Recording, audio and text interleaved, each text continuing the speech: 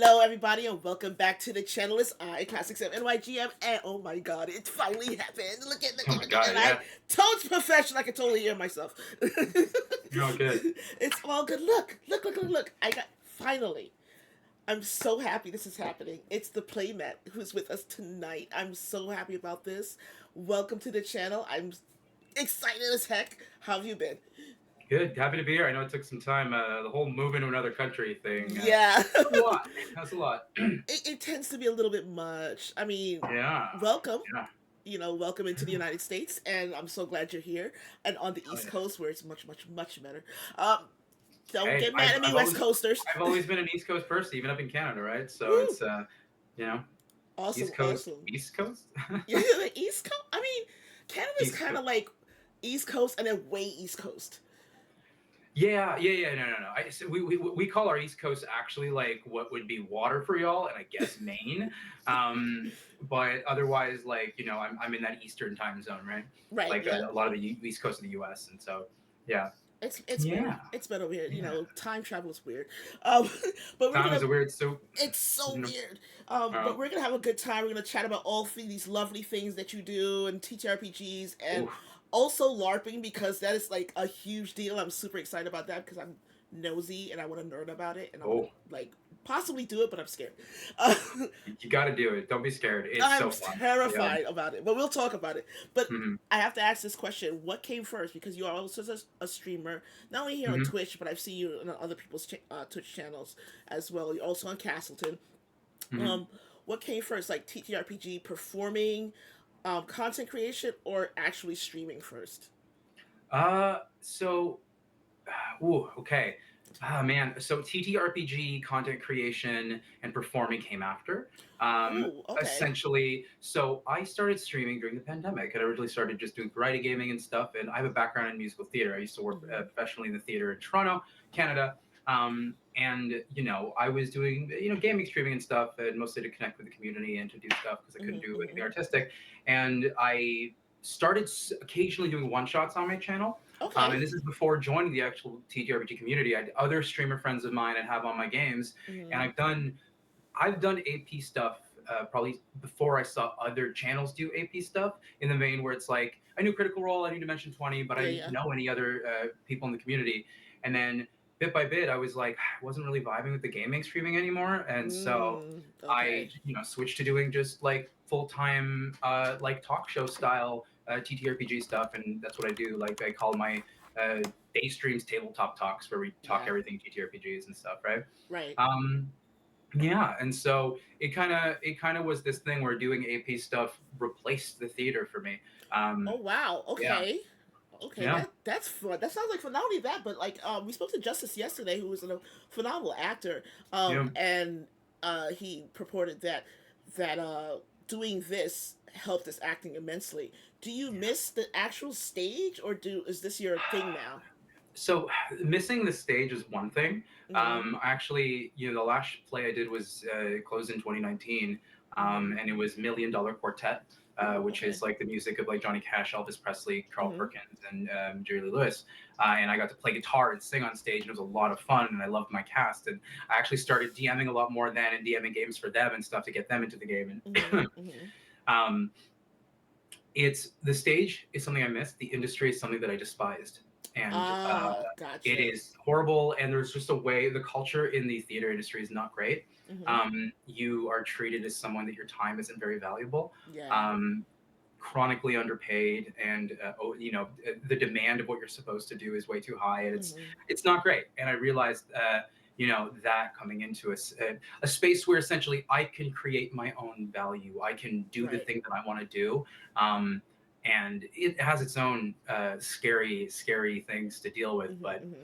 I miss the stage. I don't miss the industry, and I also Gotcha. don't miss running a show for 2 months. I get bored of it. Ooh. It becomes Okay. a thing where I'm not learning anything creatively anymore. And Mm-hmm. so when I would take extensions on contracts, I was like, okay, well, do you have any other work lined up? No. Okay.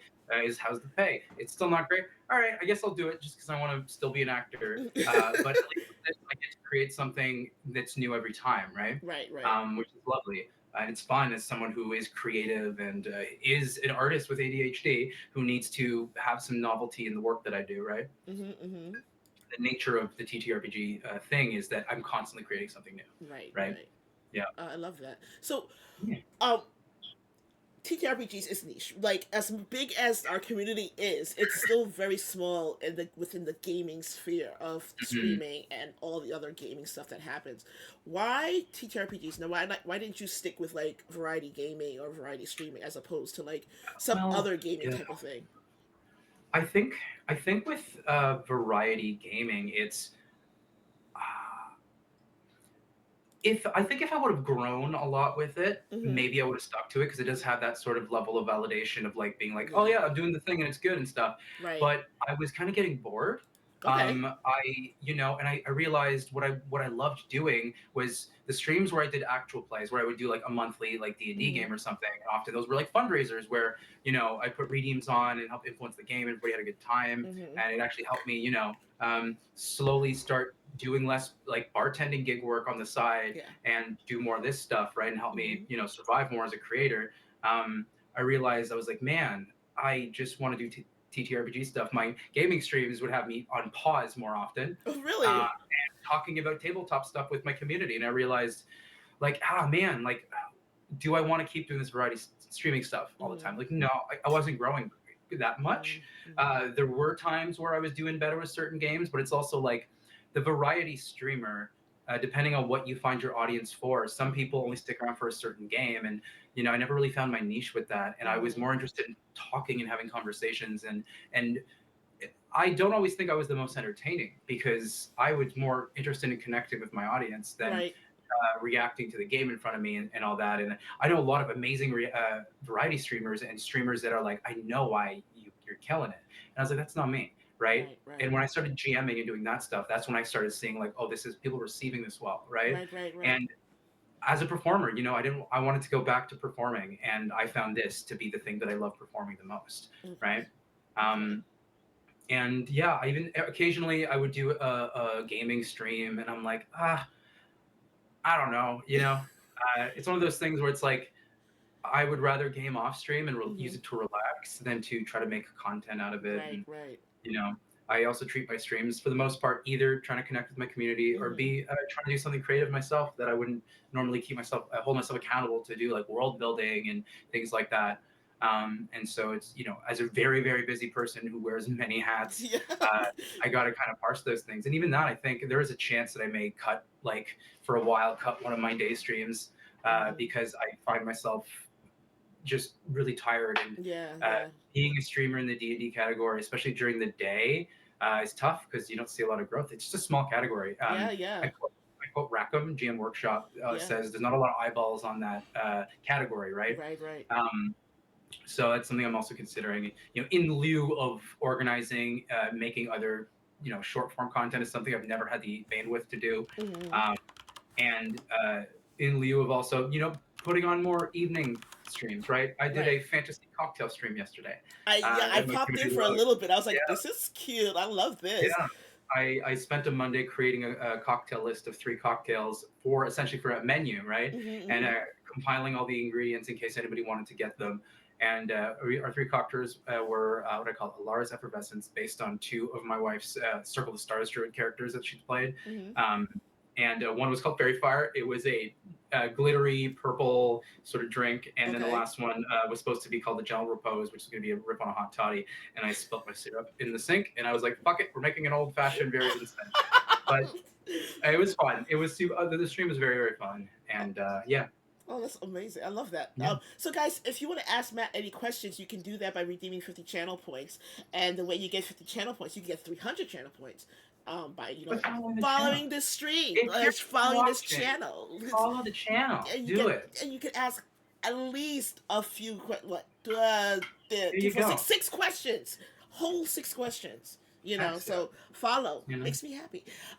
So Dungeons and Dragons also within the Mm-hmm. TTRPG space is, even though it's the most popular TTRPG, people know it just from Mm-hmm. popular popular fiction and popular things in the media. It's still very like a small portion Mhm. of what TTRPGs are. Um, why why that specifically? Why not like Kids on Bikes or Vampire the Masquerade or something like that? I actually, honestly, the only one of the only like recorded APs that I feel really proud of as a Mm-hmm. storyteller is my short series of Vampire the Masquerade. Oh Um, wow. it's on Okay. YouTube, yeah, and that's a great cast. Oh Hey, it's Gina, Christian Carlson, Jillian, Mm-hmm. and AJ Winters, and Mm-hmm. recently joining in for our holiday special, one of my favorite, Candace the Okay. Magnificent, Mm-hmm. who is one of my favorite role players lately. I got to connect with them on Castleton, and they're so good. Um, but there may be a season 2 that may be postponed for a Okay. while. Scheduling has just been wild for everyone in the cast. Mm-hmm. But Mm-hmm. I did start dipping in and diving into Vampire the Masquerade, and originally actually because I'm a Canadian and I Mm-hmm. had an Australian in the cast and 3 Americans from different parts of the states. I Mm-hmm. wanted to find a setting for that was you know what do we all know? And I'm like, as a Canadian, I know New York City because it's in every fucking movie in the world. My city of Toronto, that I lived in for 9 years, is often used to film stuff in New York City, like Suits, The Boys, everything is filmed in Toronto, or downtown Toronto, to look like New York Manhattan, City. right? Yeah. I Yeah, love it. it's just I super love it. iconic. I Um, love it. and I chose Brooklyn because Brooklyn has very little lore from what I can tell. So I ran in Brooklyn, but then I started moving the series in our holiday special and for season 2 to Mm-hmm. my hometown of Okay. Montreal, Canada. Okay. Because it's a city unlike any other city in North America, and I've been to a Mm-hmm. few decent of them at this point. Toronto is more like New York than Mm-hmm. Montreal is like Toronto. You know what I Okay. mean? Like it's just such a different city culturally. Yeah. Yeah. Um, but yeah, so why D&D? Well, a couple reasons. First, I got very familiar with the system, Okay. right? To Fair. the point where I think I play D&D, I GM for D&D like a fucking jazz musician, and like without sounding like cock, I just know the system and I feel the Mm-hmm. system and I understand the system well in a way that I'm like I could fully improvise games with this. I think it is a game that simulates, I think, the power and agency for a player to do something quite well. Mm-hmm. In the way that I think some games are a little more specific in terms of you got to know the system. If I'm learning a new system, it's like they're specific for specific styles of games. Yeah. Where D&D just there's a simulation for attacking, there's simulation for most of the skills. Mm-hmm. There Mm-hmm. are other spells, and the spells add into the world building. And there's a very hard magic system, and Yes. but there's still a lot of room to be like because 5e is so simple. There's so much room to be like I don't like that, I'm gonna change that, Yeah. and so it's easy for me to homebrew on things, right? And to the point where I know creatures very well, I know combat very well. I can do fully improvised games, or it's easy for me to like get creative and do stuff with that game. Mm-hmm. Where I'm still new to Vampire the Masquerade, but I'm like, for me to have Vampire the Masquerade encounters, I need to prep them in narratively and not Okay. have just build the stakes during the game because the actual combat system itself isn't a good combat simulation Yeah. whatsoever, right? It's not. And so it's like I've got to have a good narrative idea in advance where like I can see that's harder to improvise for, right? And Mm. what is it? So Powered by the Apocalypse games. I adore Powered by the Apocalypse, but um, a lot of their abilities are very narratively situational in a way that it's Yeah. like, oh, if you're doing this sort of moment, and some of them are really fun. I adore Thirsty Sword Lesbians. I got to play a Yes. bunch of Yes. them with AJ on Winter's Tales prior to the whole Castleton thing, and Mm-hmm. Mm-hmm. we just got freaking what is it? Glitter Hearts. Mm. Japan Games sent some copies to Jill and I for Glitter Hearts, and we want to run that soon. There's a bunch of other systems I want to try. I really want to get into Daggerheart and try that out. I want to try it so Um, bad too. I haven't done it. yeah. I've been reading a little bit here and there, but I want to try it. Hmm. It's one of those things like you. I feel like if you do it, it'll click and be like, oh, this is fun. Yeah. Also, GMing is a lot of work and it's a lot of labor Yes. and it takes time, right? Yeah. And so for me to do AP stuff for a new game, the only reason I could learn Vampire enough to want to run it on stream for the first time is I hit a goal with my community where I'm like, I can actually take time to do this Mm. because it's fucking time consuming to learn a new game Yeah. and to learn a new game in the way that it's like, I want to perform this and tell a story with it, Mm-hmm. not just, hey, I'm going to, off screen with some friends, like, figure it out as we go type thing. And Yeah. so learning a new system takes a lot of time and I have no time to the point where it's like I need to cut down on all the things that I'm doing and pick the things that I'm like I don't think this is benefiting me right now, Mm-hmm. and also put in more actual time to enjoy things because I don't consume enough like just content as a Yeah. person to be re-inspired, because you need to find still like things to inspire you. Hmm. Anyways, I know this is a zillion things in one to answer That's that all question, good. but That's all yeah, good. And I new love it. systems take time, Yeah, right? Yeah, which agreed. But you're also on Instagram. You popped up on Blue Sky like everyone else. I see mhm. you on Threads. You're here on Twitch. They're very different communities for social media outlets. Hmm. How do you interact with those communities and and their Hmm. differences and still remain like relatively insane and relevant across them? Sorry, relatively same across them, Sane, like SANE. sane. Okay, I wasn't sure if I heard sane or sane. How do I remain sane? I don't. And I barely post on them, and I'm not successful on them for a reason, right? I Twitch is kind of where Twitch is my biggest platform. A lot of people in the sphere, like they joined the sphere because they made it big on TikTok when the Yeah, algorithm was fresher and new, and they kind of found that their vibe there. yeah, And yeah, I yeah. don't have 50,000 followers on TikTok. You know what I mean? Um, if anything, some of my socials were very, very small. And until like a big internet drama thing happened that I don't even want to talk about, you Hmm. saw, Yeah, I may saw. as well career I ended. saw. My size on some of those platforms doubled and tripled, right? And Yeah, I was like, this is so crazy.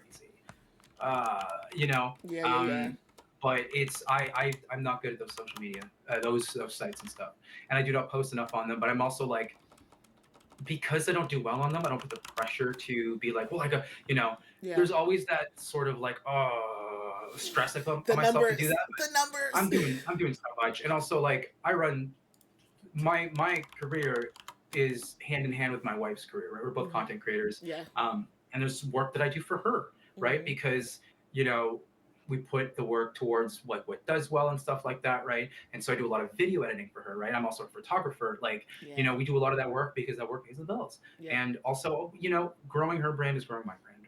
Hmm. We're in this together as a team. And so it's about prioritizing the work. Hmm.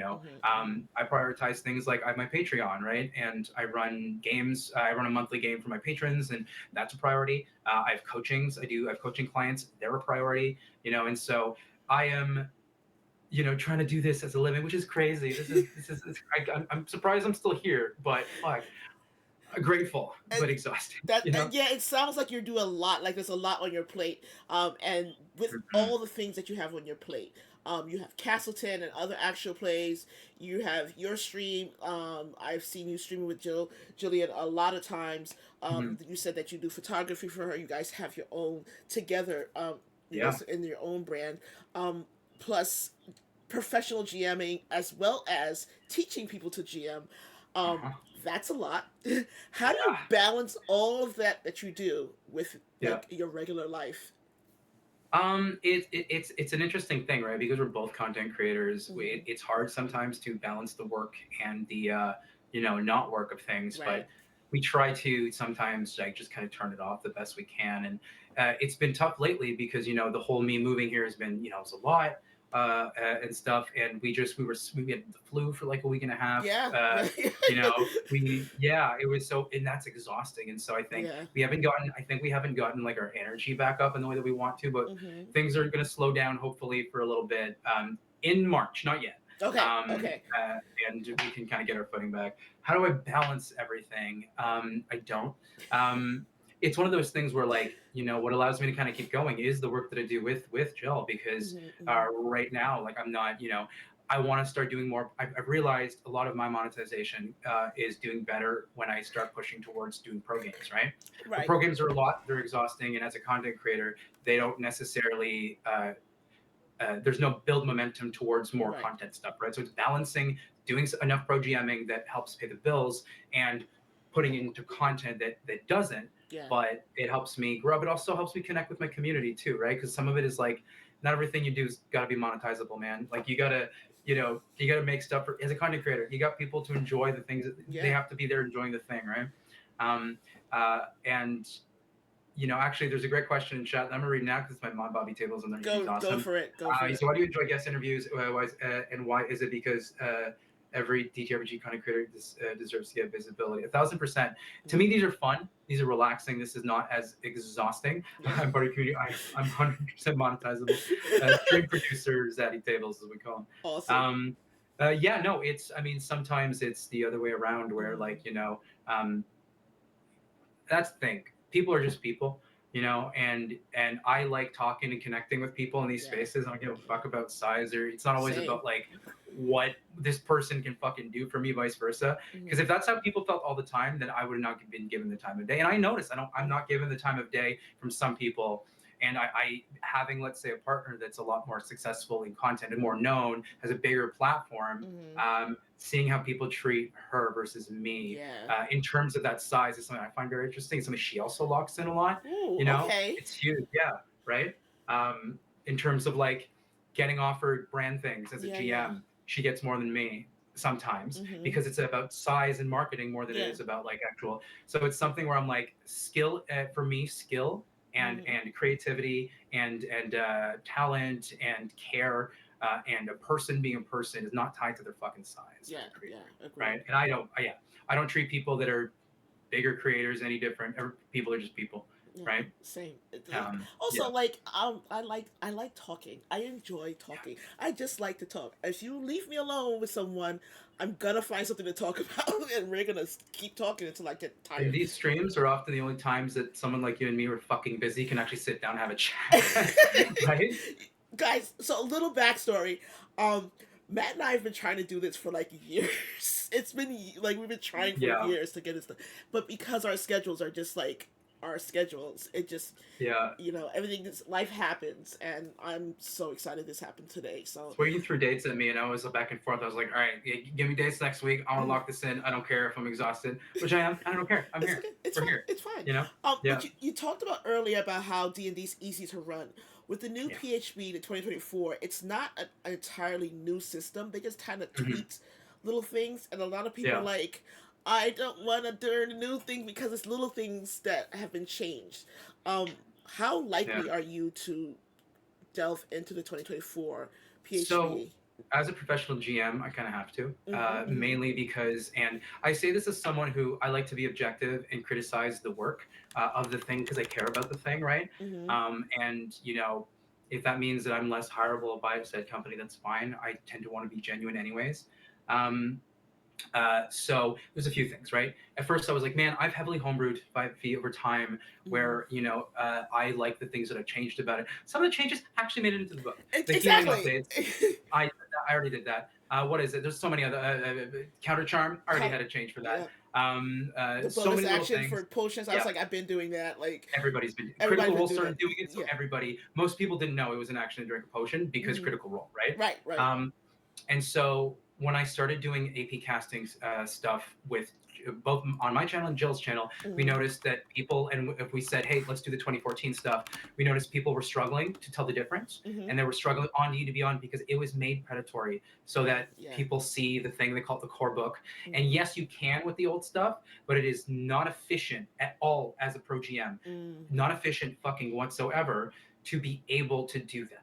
Right. Right. Right. And so I'm very lucky that all three books were purchased separately by my community for me, both Mm. the online, and I just got, actually, for those in chat today, hey, Bobby Tables, look what just came in the mail, Ooh. right?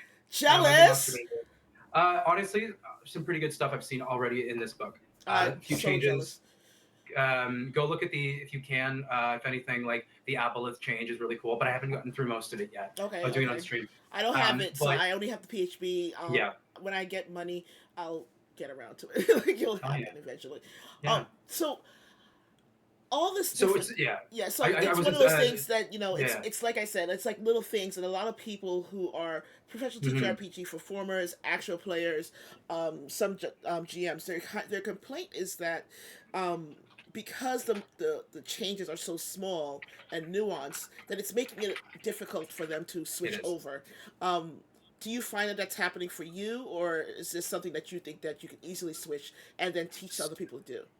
Well, to me, as someone who I am very big into mechanics design, and I've made a lot of Mm, changes myself, and I think the strength of 5e is how simple it is and how easy it is to yeah. change, right?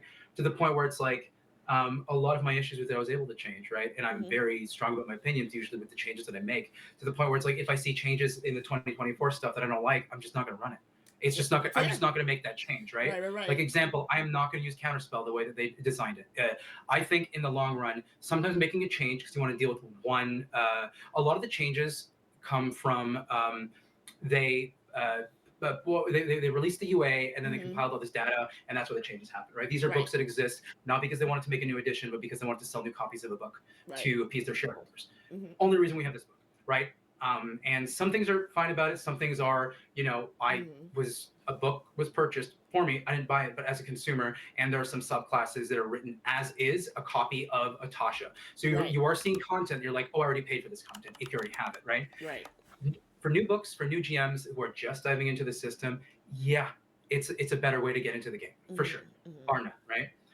And so it's complicated. There's some gray to it, right? Right. For an older GM, the monster manual so far I'm enjoying it, Okay. but the PHP and the Dungeon Master's Guide don't really do anything for me, right? Ooh. Okay. They don't really do much for me as an older GM who I like the things that I do. I world build a lot too, right? Mm-hmm. Mm-hmm. And so there's not a lot of changes or edited things that really do much or help me, right? Like going over my D&D Beyond, I'm seeing most of the magic items are the same as the other magic items, Yeah. right? Yeah. Yeah. And so I do think there's a lack of written new content where it's you are for someone who has owned the other books.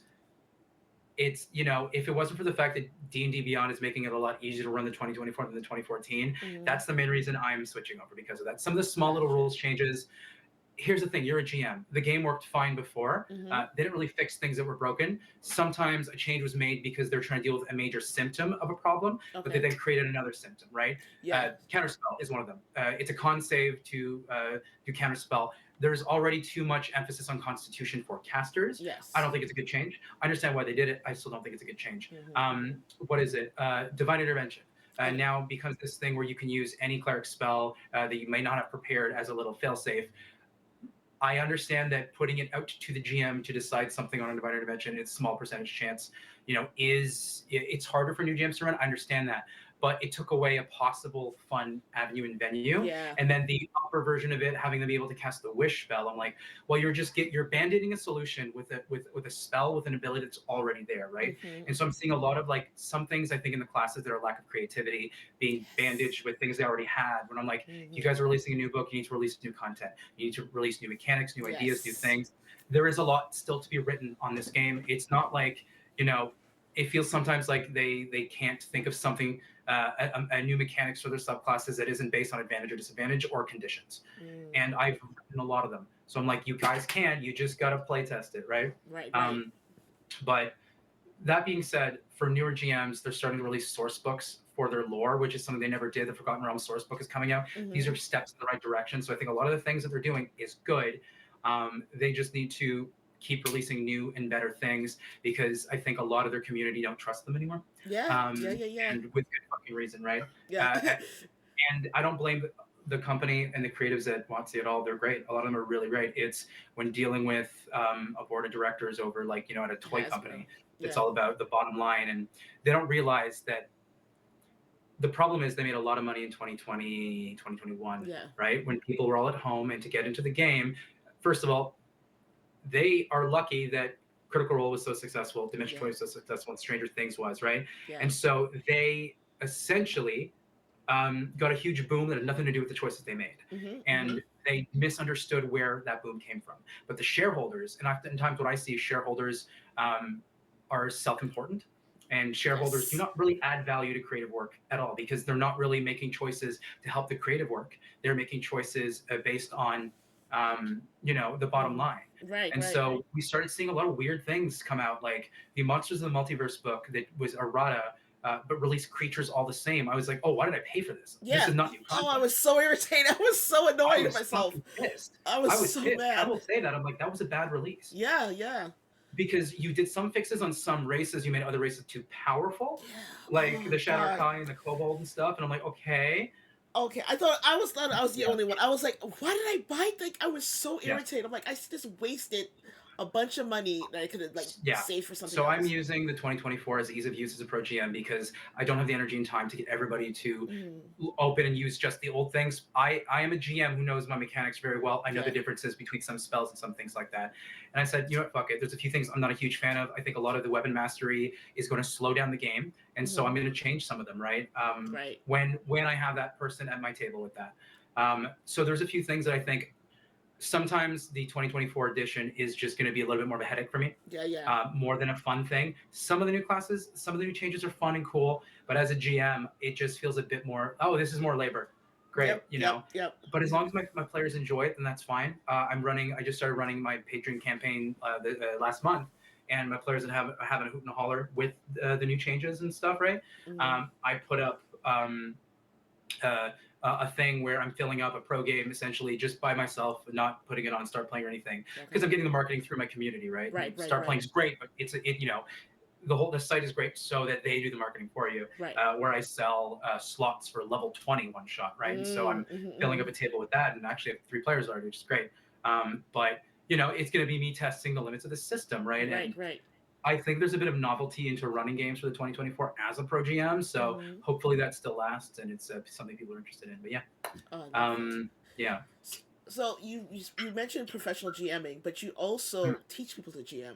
mm, Um, and not many coaching. GMs do that. Not many GMs um, expand out to teach people how to do what they do.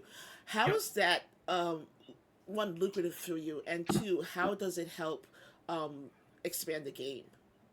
So to me, mostly it stems usually through my community or for people wanting to try something new. Or often it's not just GMing that I coach; it's also just creative work, right? It's voice work, right? And I have a background as a voice actor and actor and stuff, and so I also think I'm a person and like grain of salt anything I say because it's hard sometimes hard to talk about yourself without having the imposter syndrome. But I'm trying to be honest about the things that I think I do well because Mm-hmm. there's not a lot that I think I do that well. But pedagogy and explaining things to people is something I think I do well. Okay. Right?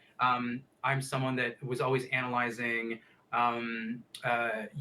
How like when I watch Critical Role, I spent a lot of time analyzing Matt Mercer's style, Okay. right? Okay. And learning from that in that way, right? Mm-hmm. Brandley Mulligan's style and everything, right? Bria's style and comparing them and seeing the differences and stuff. And so I'm someone that I struggled with acting teachers Mm-hmm. when Mm-hmm. I was like, I don't know why we're doing this exercise. And something in my pedagogy where I'm like, I'm telling you exactly why we're doing this. If we're doing an exercise, I'm telling you exactly why you're doing it. Ooh. So you don't have Okay.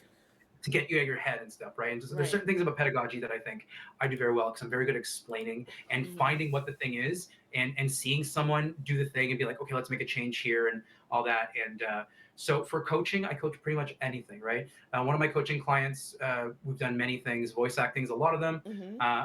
Voice work is one of them. Oh. Oftentimes, people hire me to do mechanics coaching for high level encounters Oh wow. because there's Okay. not much of that.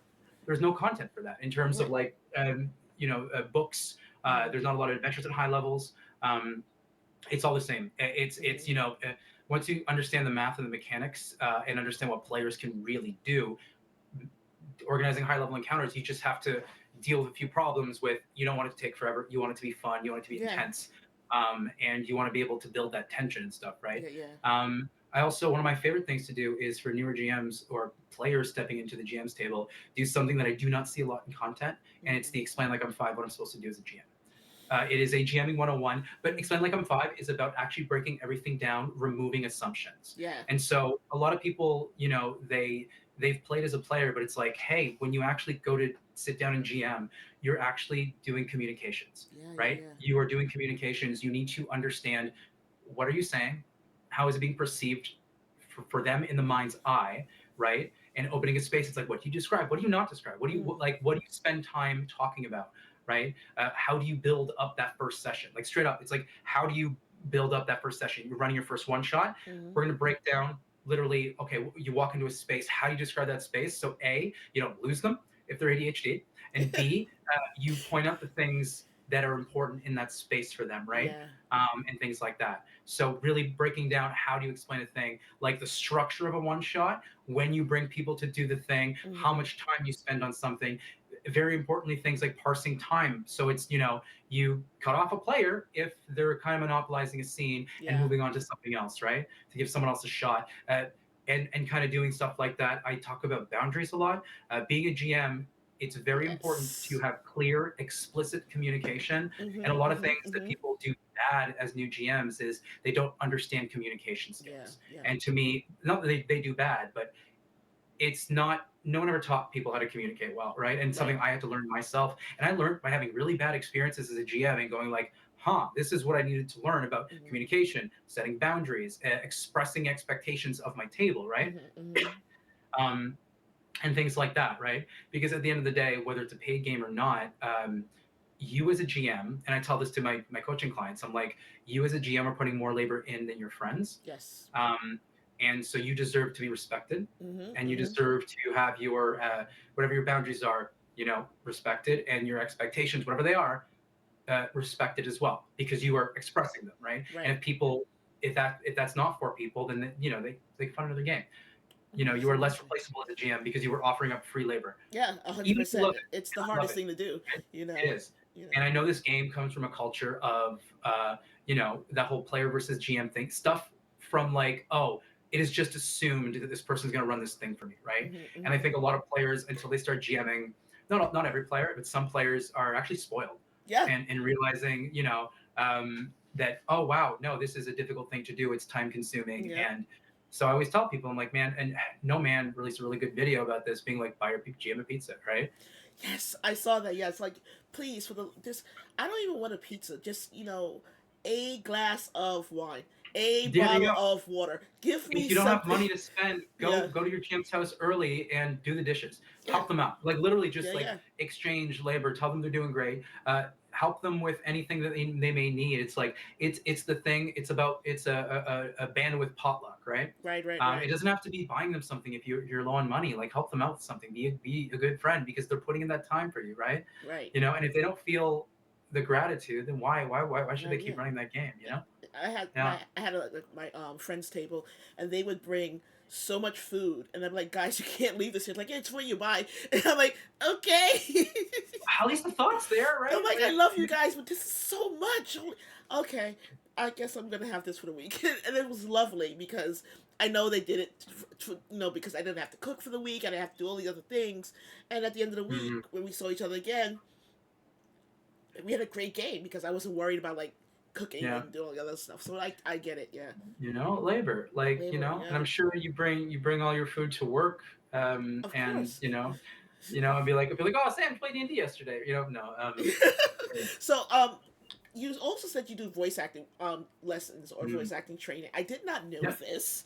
Um, Well, I have how a did that background as an start? actor, right? Well, no, it's the same thing. It's my coachings, and I essentially like, it's a tier on my Patreon for coachings, and or I just do private hires, and Oh wow. yeah, it's really simple. A lot of people, like, I put it on my stream when I'm live, and people want to book a coaching. It's $50 USD for the hour, and I quite enjoy them. And Oh, there's a lot of that's. variety in it too. Mm-hmm. I have a background. I'm not obviously a professional voice like accent doer of sorts. I did Mm-hmm. actually do a coaching on accents the other day, but it was really fun because the person I coached, we were working on a French accent from France. And this Okay. person's French Canadian, like me, and so we could both talk about the accent in the language of the accent, and so Oh. break Ooh. down.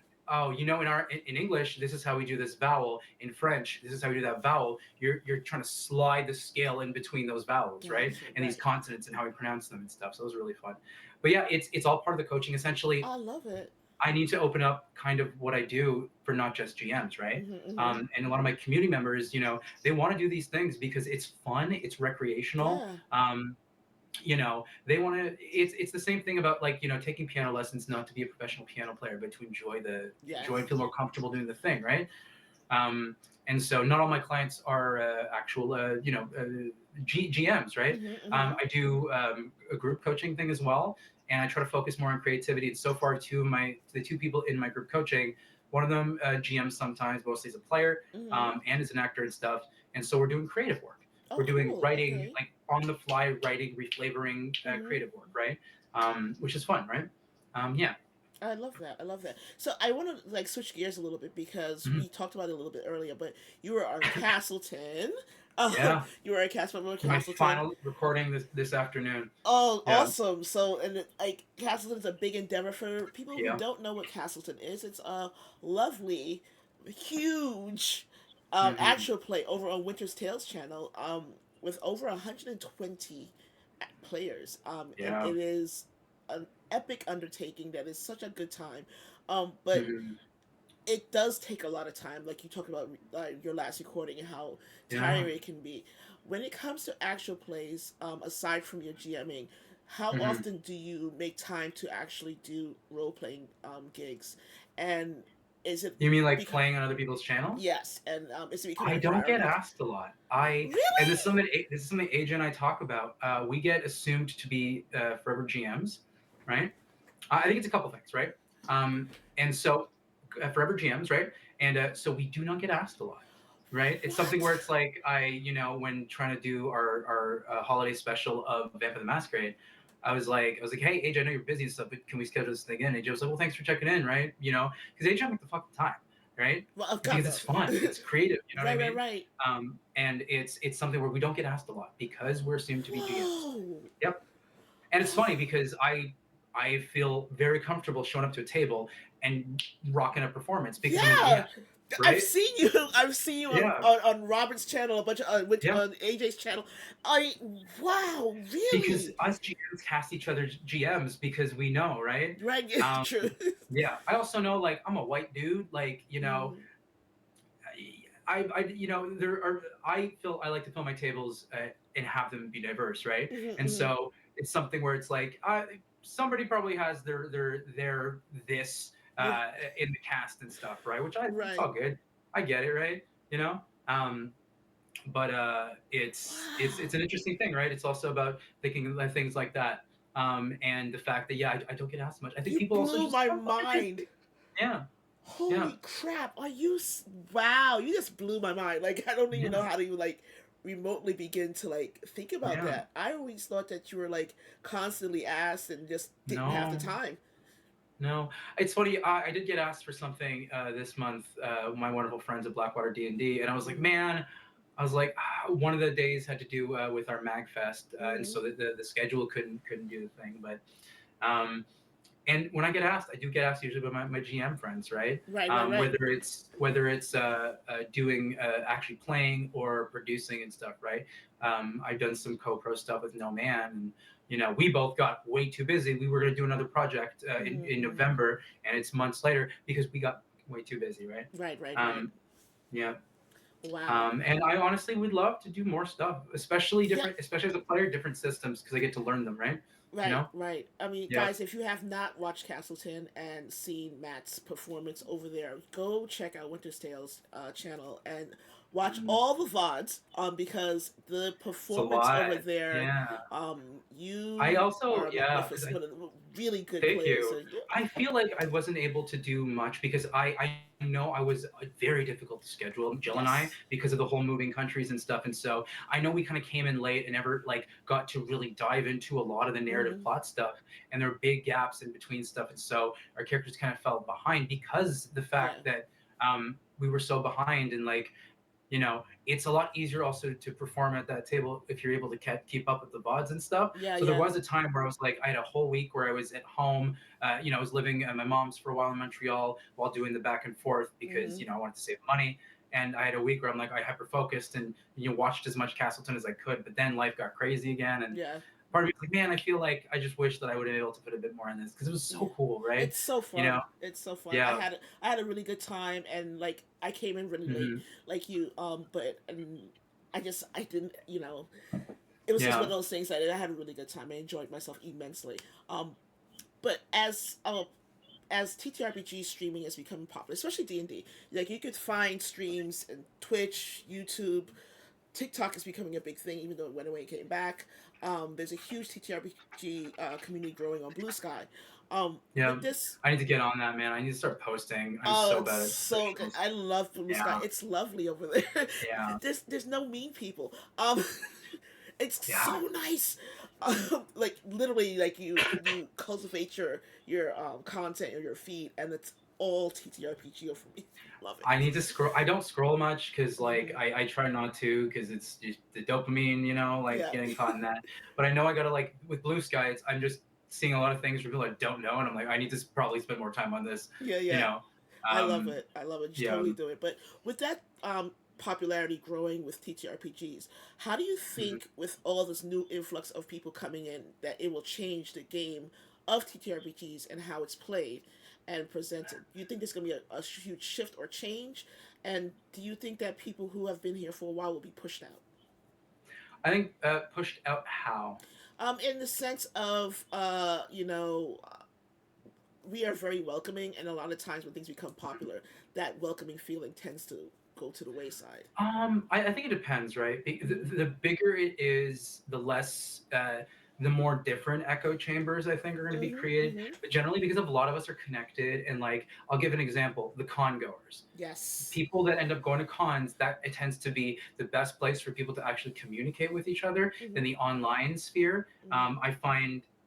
Just most things that are discussed through the grapevine, through like Twitter and Yeah. just those short sort of things, Mm-hmm. it's a fucking cesspool Yes. of communication and subtweeting and stuff, and it doesn't really do much. Mm-hmm. I think in terms of the space filling up is, um, it's going to become harder and harder to create an AP and be found, because Mm. there's going to be too much out there, and so it's going to be hard to, it's something that, like, part of me is like, oh, I want to make a studio, I want to build a studio Yeah. with my wife in a few years once we get a house and everything, but I'm like, are people still going to be watching this stuff, right? A lot less people are watching Critical Role now, because many reasons, but one of them is, they just don't have the time. Yeah. And Yeah. some people, like, I think you can't watch long form AP forever, Right. right? And it's also about how do you market it, and it's so interesting, right? Because there is, I think, the creators in the TTRPG performance sphere that built a group, built like a careful cantrip, right? They built a table, they Yes. built a, this is what they do on Twitch and do their thing. And then there's other folk who got big on, let's say, D&D TikTok a long time ago and grew Mm-hmm. a following there, and you know then they start doing AP stuff. So it's hard to. It's like, how do you actually find your audience, right? Right. Right. Um, like I said, the D&D category sees a lot less viewers because a lot of those viewers came during the pandemic when they had time, right? Mm-hmm. Mm-hmm. Um, and I'm not exactly sure. I think in terms of like, there is also, you know, it really depends on how you behave as a person, right? Yes. You want to get kicked Yes. out of the TTRPG community, you'd be an unethical piece of shit, and you would be kicked out and called the fuck out, right? That's the thing, though, right? Yeah. Be an asshole, like in general, like just Yeah, in and general. often, like, a number of fucking men that I'm seeing, like, just, it's like, oh wow, you did this shitty thing, it comes to light. I'm like, yeah, good. Yeah. Like, oh Bye. my god, it's Yeah. Yeah. like, Yeah. it's bad.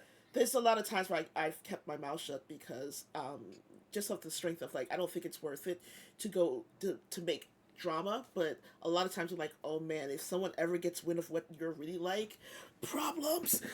Do it. Like, Yeah. literally do it. The people that I know and trust, I want to Mm-hmm. know these things about them, and I don't work with people. Like I said, I don't work with people who fuck my friends, Yeah. right? Yeah. Yeah. I don't do that. I don't care how big they are. I do not work with people that fuck with my friends, Oh, right? yeah. Fair. Um, Fair. you Understood. know, Understood. I mean, and also you, like, people tend to, when things are popular, it attracts predators, yep, unfortunately. And that's just the yeah. way it is. And a lot of people, who find their fame through, let's say, short form content and stuff, do not know how to behave in a professional environment. And so Yes. they're getting this surge of validation because they've, and a surge of validation, and they never had to do the work for it. I don't mean that Mm. to be a dick, where it's like, yeah, you put in a lot of time in that, right? But Mm-hmm. you didn't do theater for $50 a show. Yeah. Yeah. Yeah. You know what I mean? Yeah. Yeah. Yeah. You didn't do a theater gig while still working full time during the week and like really grinding that out. Yeah. So it's this inflated idea of self-worth and ego, and it, unfortunately, sometimes people that are already prone to narcissism, Mm-hmm. it Mm-hmm. shows their colors even fucking more, Yeah, it right? does. Absolutely. Absolutely. Yeah, So you also do some cosplay and some LARPing. occasionally. Yeah, I so interested in LARPing, but couple things. I yeah, have BDD, so I have body dysmorphic disorder. So it's really hard for me me to. too. Oh, okay, it's really hard for me Yeah. to see myself in a different light like that. Hmm. But how do you find cosplay and LARPing are same and different from each other? I don't do my wife is a professional cosplayer, Yes, right? And yes. so when I do a cosplay, it's often, like, she made Vax for me, and she did Keyleth, and we did that. Um, at some point, um, at some point, we're going to do Gambit and Rogue because our community Mm, voted on that as part of our incentives. Once she has more time, right? A yeah, lot of her time got pushed back from being sick, from just so many things yeah, yeah, involved. yeah. But at some point, we're doing that, and it's something where, depending on how I see myself and my body in pictures, I get it, right? Yeah, yeah. Um, it's tough, right? Yeah, it's It's hard. also something where you have to talk to yourself and like compare to friends, right? You know, like Mm-hmm. if you know any like let's say cosplayers that you would identify with Mm-hmm. body wise, and look at their pictures and be like, huh, would I be judging them the same way I'm judging myself? It's a Right. lot of self-talk and work for the Yes. body dysmorphia, Mm-hmm. Mm-hmm. right? And it's also something as a smaller, slimmer person to be told like, hey, that's weird that you have body dysmorphia. I wasn't always it is a mental thing, and it's Yes. trauma based, and Yes. it's not something that just goes away, right? Some days, if I'm having a lowered brain day, the body dysmorphia kicks in even more. You know what Yes. I mean? Yes. Like if Yes. I'm just dopamine depleted and on that executive dysfunction Mm-hmm. aspect of Mm-hmm. ADHD, sometimes I have a bad day, and like I'll just tell my wife, I'm like, hey, I'm having a bad brain body day, and she'll just Yeah. try to gas me out, right? I love Make me that. feel good. I Yeah. love that. Um, When those days happen, I tend to Remember avoid with mirrors. LARP, for me, I think the body dysmorphia thing is are my clothes too tight? And I feel like is that a trigger? Is Mm-hmm. it like seeing myself in photos? I don't know how it works for you, but first of all, the type of stuff you wear at LARP usually is nice and like flowy and things. You have to Okay. feel that restricted, and B, you don't have to see yourself in pictures, so you just get to feel what it's like. When you play characters, Mm-hmm. Mm-hmm. it's like doing putting on a costume for theater, right? Right. My body dysmorphia suffered when I saw photos of myself more Yeah. than being in that costume that actually allows me to feel more immersed. Oh Um, wow. Okay. yeah, Yeah. So my terror for is like I don't. I'm always hyper aware of what I look like in things, yeah. and that's just part of it. And I'm like super scared of like wearing something that doesn't, I guess, represent what the character or whatever's supposed to be. So Hmm. I'm like, I don't. If I'm not representing what it's supposed to be, I don't want to do it because then I'm bad at it, and Oh, my body is bad at it, and it doesn't look good in this, yeah. and it becomes a cycle of things. It's a So comparison thing, right? yeah, It's yeah, like yeah. I don't look like in this the way that my expectation is. Right. You know. Cosplay is tough. The best thing about LARP is you look exactly like the way you should fucking look because this is your Oh, character. You okay. made it up. When you play LARP, you make your character. It's like D&D Oh. just in 3 dimensions. That's what LARP is. You're playing D&D, except the rule set involves foam swords Mm-hmm. and a magic system with little thrown packets and things where it's like you're doing it all in real time, Uh and huh. it's that, right? Mm-hmm. Sometimes there's a game marshal, sometimes there's not. Um, but there's a Oh world wow. involved. Every LARP is different, right, and has a different system, but it's D&D on your feet. And what's fun about it is you spend less time waiting back and having to Mm-hmm. wait for someone to interact with the DM, and you spend your entire time going out and doing your own thing in this moving world, right? Okay. And Okay. so it is something that I think it is, and I'm new to it, right? I've Mm-hmm. only done my first year of LARP. Jill got me into it. Jill's been LARPing forever, Mm-hmm. and I really like it. I really Oh like it. I might be wow. trying Okay. another LARP soon. Actually, yesterday during the Super Bowl, part of why I'm really tired because I had a bunch of scotch over at a friend's house who is a Mm-hmm. LARPer, Mm-hmm. right? The one I told you is a firefighter. Mm-hmm. And we were chatting about LARP and stuff, and we did that instead of watching the Super Bowl. Oh wow. But Okay. yeah, yeah, it's okay. We watched the important part this morning, That's all that Kendrick's matters. performance. But That was fucking fire, incredible. Oh my fire. god. Oh my god. I've been all day talking about this with my friends and we're like just analyzing the crap out of it. But if we start talking about that, we're never gonna leave here. Look, there were so many amazing, beautiful political statements. I also love when he Yes. knocks Drake down a peg because, I love as it. someone from Toronto, I'm like, we don't claim this motherfucker. Um, to the point where I'm pretty sure, like, when the Toronto Raptors won the championship in 2019, they were like, you could tell some of the players, like especially Kawhi Leonard, they were just annoyed that he was always there. You know Right, what I right, mean? yeah. I always notice that like when he's like at the sitting in front or whatever, and you're kind of like every player looking at him like, oh my god, why are you here? Like, that Yeah. that that look of like, go away. So when you do with this first year of your doing LARP, Hmm. how has it changed how you play D&D, if at all? LARP is, and Jillian wrote about this, I think, somewhere, but LARP is the last place where I can do creative stuff that isn't for work, right? And Mm. that's why I sometimes have a hard time watching AP stuff, because I'm always then thinking about my own work Yeah, yeah. and trying to turn that thing that I see and analyze it into that own work. It's Mm-hmm. also why I enjoy doing Castleton recordings, because Yes. it is about just being creative and like Mm-hmm. doing that thing. And also, I wouldn't mind playing on other channels sometimes. Obviously, I think for the most part, it's like I just have this schedule to do one shots more than anything else. Yeah, yeah, yeah. It's just hard. Like, but I'll fit it in. I enjoy it. Oh, so LARP is many not for phone calls coming. performance. Yeah. Well, LARP is not for me. It's not work, and that's what makes it really feel good. You put your phone away for an entire weekend, Ooh. and it's just nice. It's just fun. It's creative, and it is creatively stimulating, right? Okay. And it's somewhere where I get to be a player and not a Mm-hmm. GM. You know, and I love GMing. I Yeah, really yeah, yeah, do. yeah. And I think I'm trying to find my love of GMing again. You know what Mm-hmm. I mean? And my love of storytelling as a GM, and essentially my love of wanting to make a story for a screen. Yeah. It's not for a screen, but like for like a live show. Mm. But I know that a lot of the start of that is exhausting. I just started up a campaign for my Patreon game. I may be starting a second one. It's for the second one. I need to see like a lot of my community members that were the most gung ho about wanting to play. I felt that Mm-hmm. gave up quick. A second game, I think, it may be a little harder to market, and I think there is a market where people want me to actually run a monthly patron game that is streamed, so that a lot Mm. of folks that are not necessarily streamers can have that sort of footage and that content and stuff. And so I want to see, that's something that, like, I know it's a different kind of niche, right? Yeah, The yeah, whole fun of yeah. my patron game right now, it's a home game for everybody, right? It's a Right, home right. game for me too. You know what I mean? I GM like I do on screen off, like, whether there's a camera in front of me, I GM the same way. Mm-hmm. It's something I noticed with some of my home game players that I'd have in my APs sometimes. I'm like, oh, you're a lot better when there's a camera on you. Yeah. Like when you're like on the internet, Yeah, you're yeah, giving yeah. it a little more. I'm always trying to give it because it's more fun when it's more invested and Yeah, everybody yeah. is invested in that creativity, right? I love that. Yeah. Oh my god. Oh my god. I'm so excited now. I'll think about it. I'm gonna think about doing LARPing. I'm still scared, but I'll think about it. I know you got some around New York, right? I heard there's some around New York.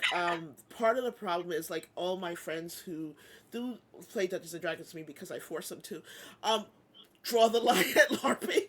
They're like, no, we're not doing that. Listen, you can. Nara. They will. They. I have bullied my friends into D&D, and they like it, but they're not in love with it. So they're That's like, fair. this is the line.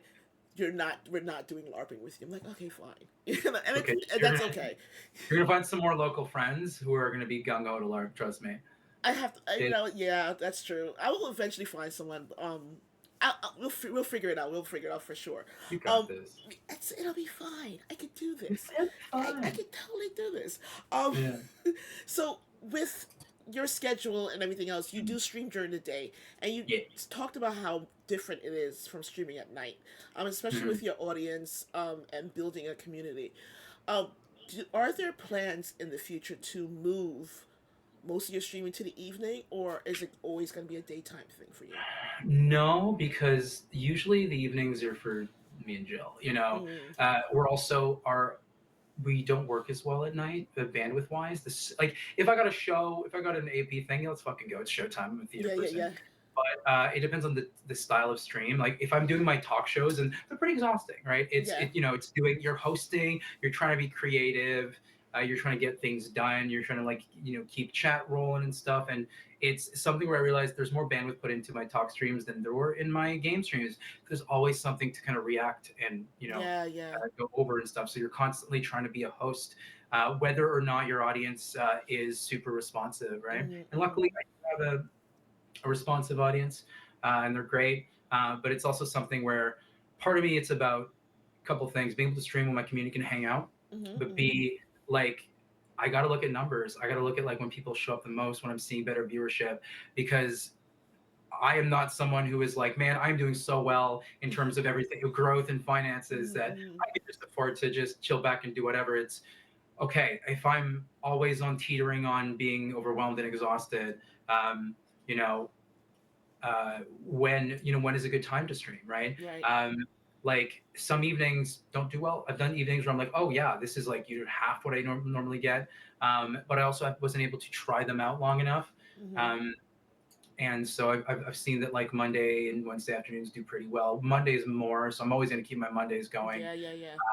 Yeah, but it's something about like, how do I budget my bandwidth in terms of this, right? Fair. Um, and the evening streams are better for like event streams, right? Like we Okay. did our cocktail stream the night before. Yeah. Like doing AP, it's better to do it in the evening. Also, Mm-hmm. that's when people are available to play, right? You know, Mm-hmm. occasionally, I think I want to start doing more. What's the word? Like I ran a community game on stream and doing more community games and stuff. Mm-hmm. Uh, like still like either like paid, maybe not paid games, but like because I gotta, GMing is a lot of bandwidth, especially when you do it a lot, Mm-hmm. you professionally, right? To come up with new content, to come up with new Yes. one-shot ideas all the time and Yeah, stuff. yeah. Especially when you're doing it on stream, it's like I can't just rerun something I've run before, Like right? we did this already. It's there on the internet. Um, and yeah, it's something where it's like if I'm going to come up with that new content, those new ideas, those new things, finding a way. If I do a one shot on stream, I gotta monetize it, right? At least a Yeah, little yeah, bit, yeah. unless it's for my creative soul and Mm-hmm. working with people that I want to role play with, or storytelling, right? Like Yeah. I want to start doing a weekly game, or at least maybe like a 3 weeks out of the month game short series for, because I have stories I want to tell. I just don't have time to sit down and be like, okay, I'm going to pour into this. Yeah. Soon, it should be coming soon, but being sick, dealing with these cons and stuff, it's been a lot. We have a trip coming up soon. um, but yeah, it's a lot. It's a And then lot. I know I digress away from the question, but It's totally um, fine. yeah. Just I still like the answer. But so you are a great ally and advocate for intersectionality and representation at tables. Mhm. You when you do are at tables, you make sure that your tables are very diverse. How did you make that decision to go that way? And two, what do you think the future looks like for intersectionality in the TTRPG community? I think I think it's very interesting, right? And also Mm-hmm. like take whatever I say with a grain of salt as a fucking white man. You know what I mean? Like it's just there's this thing I've been seeing a lot of creators. There's some creators that actually like. I think if I gain more of a size, I kind of want to go after them. Mm-hmm. The ones that are being pro toxic masculinity, anti safety tools, anti diversity, and I was like, you know what? You know who's best to fucking fight them? A guy who looks like me, right? Yeah. Yeah, I'll be fucking rude to them. I don't care, right?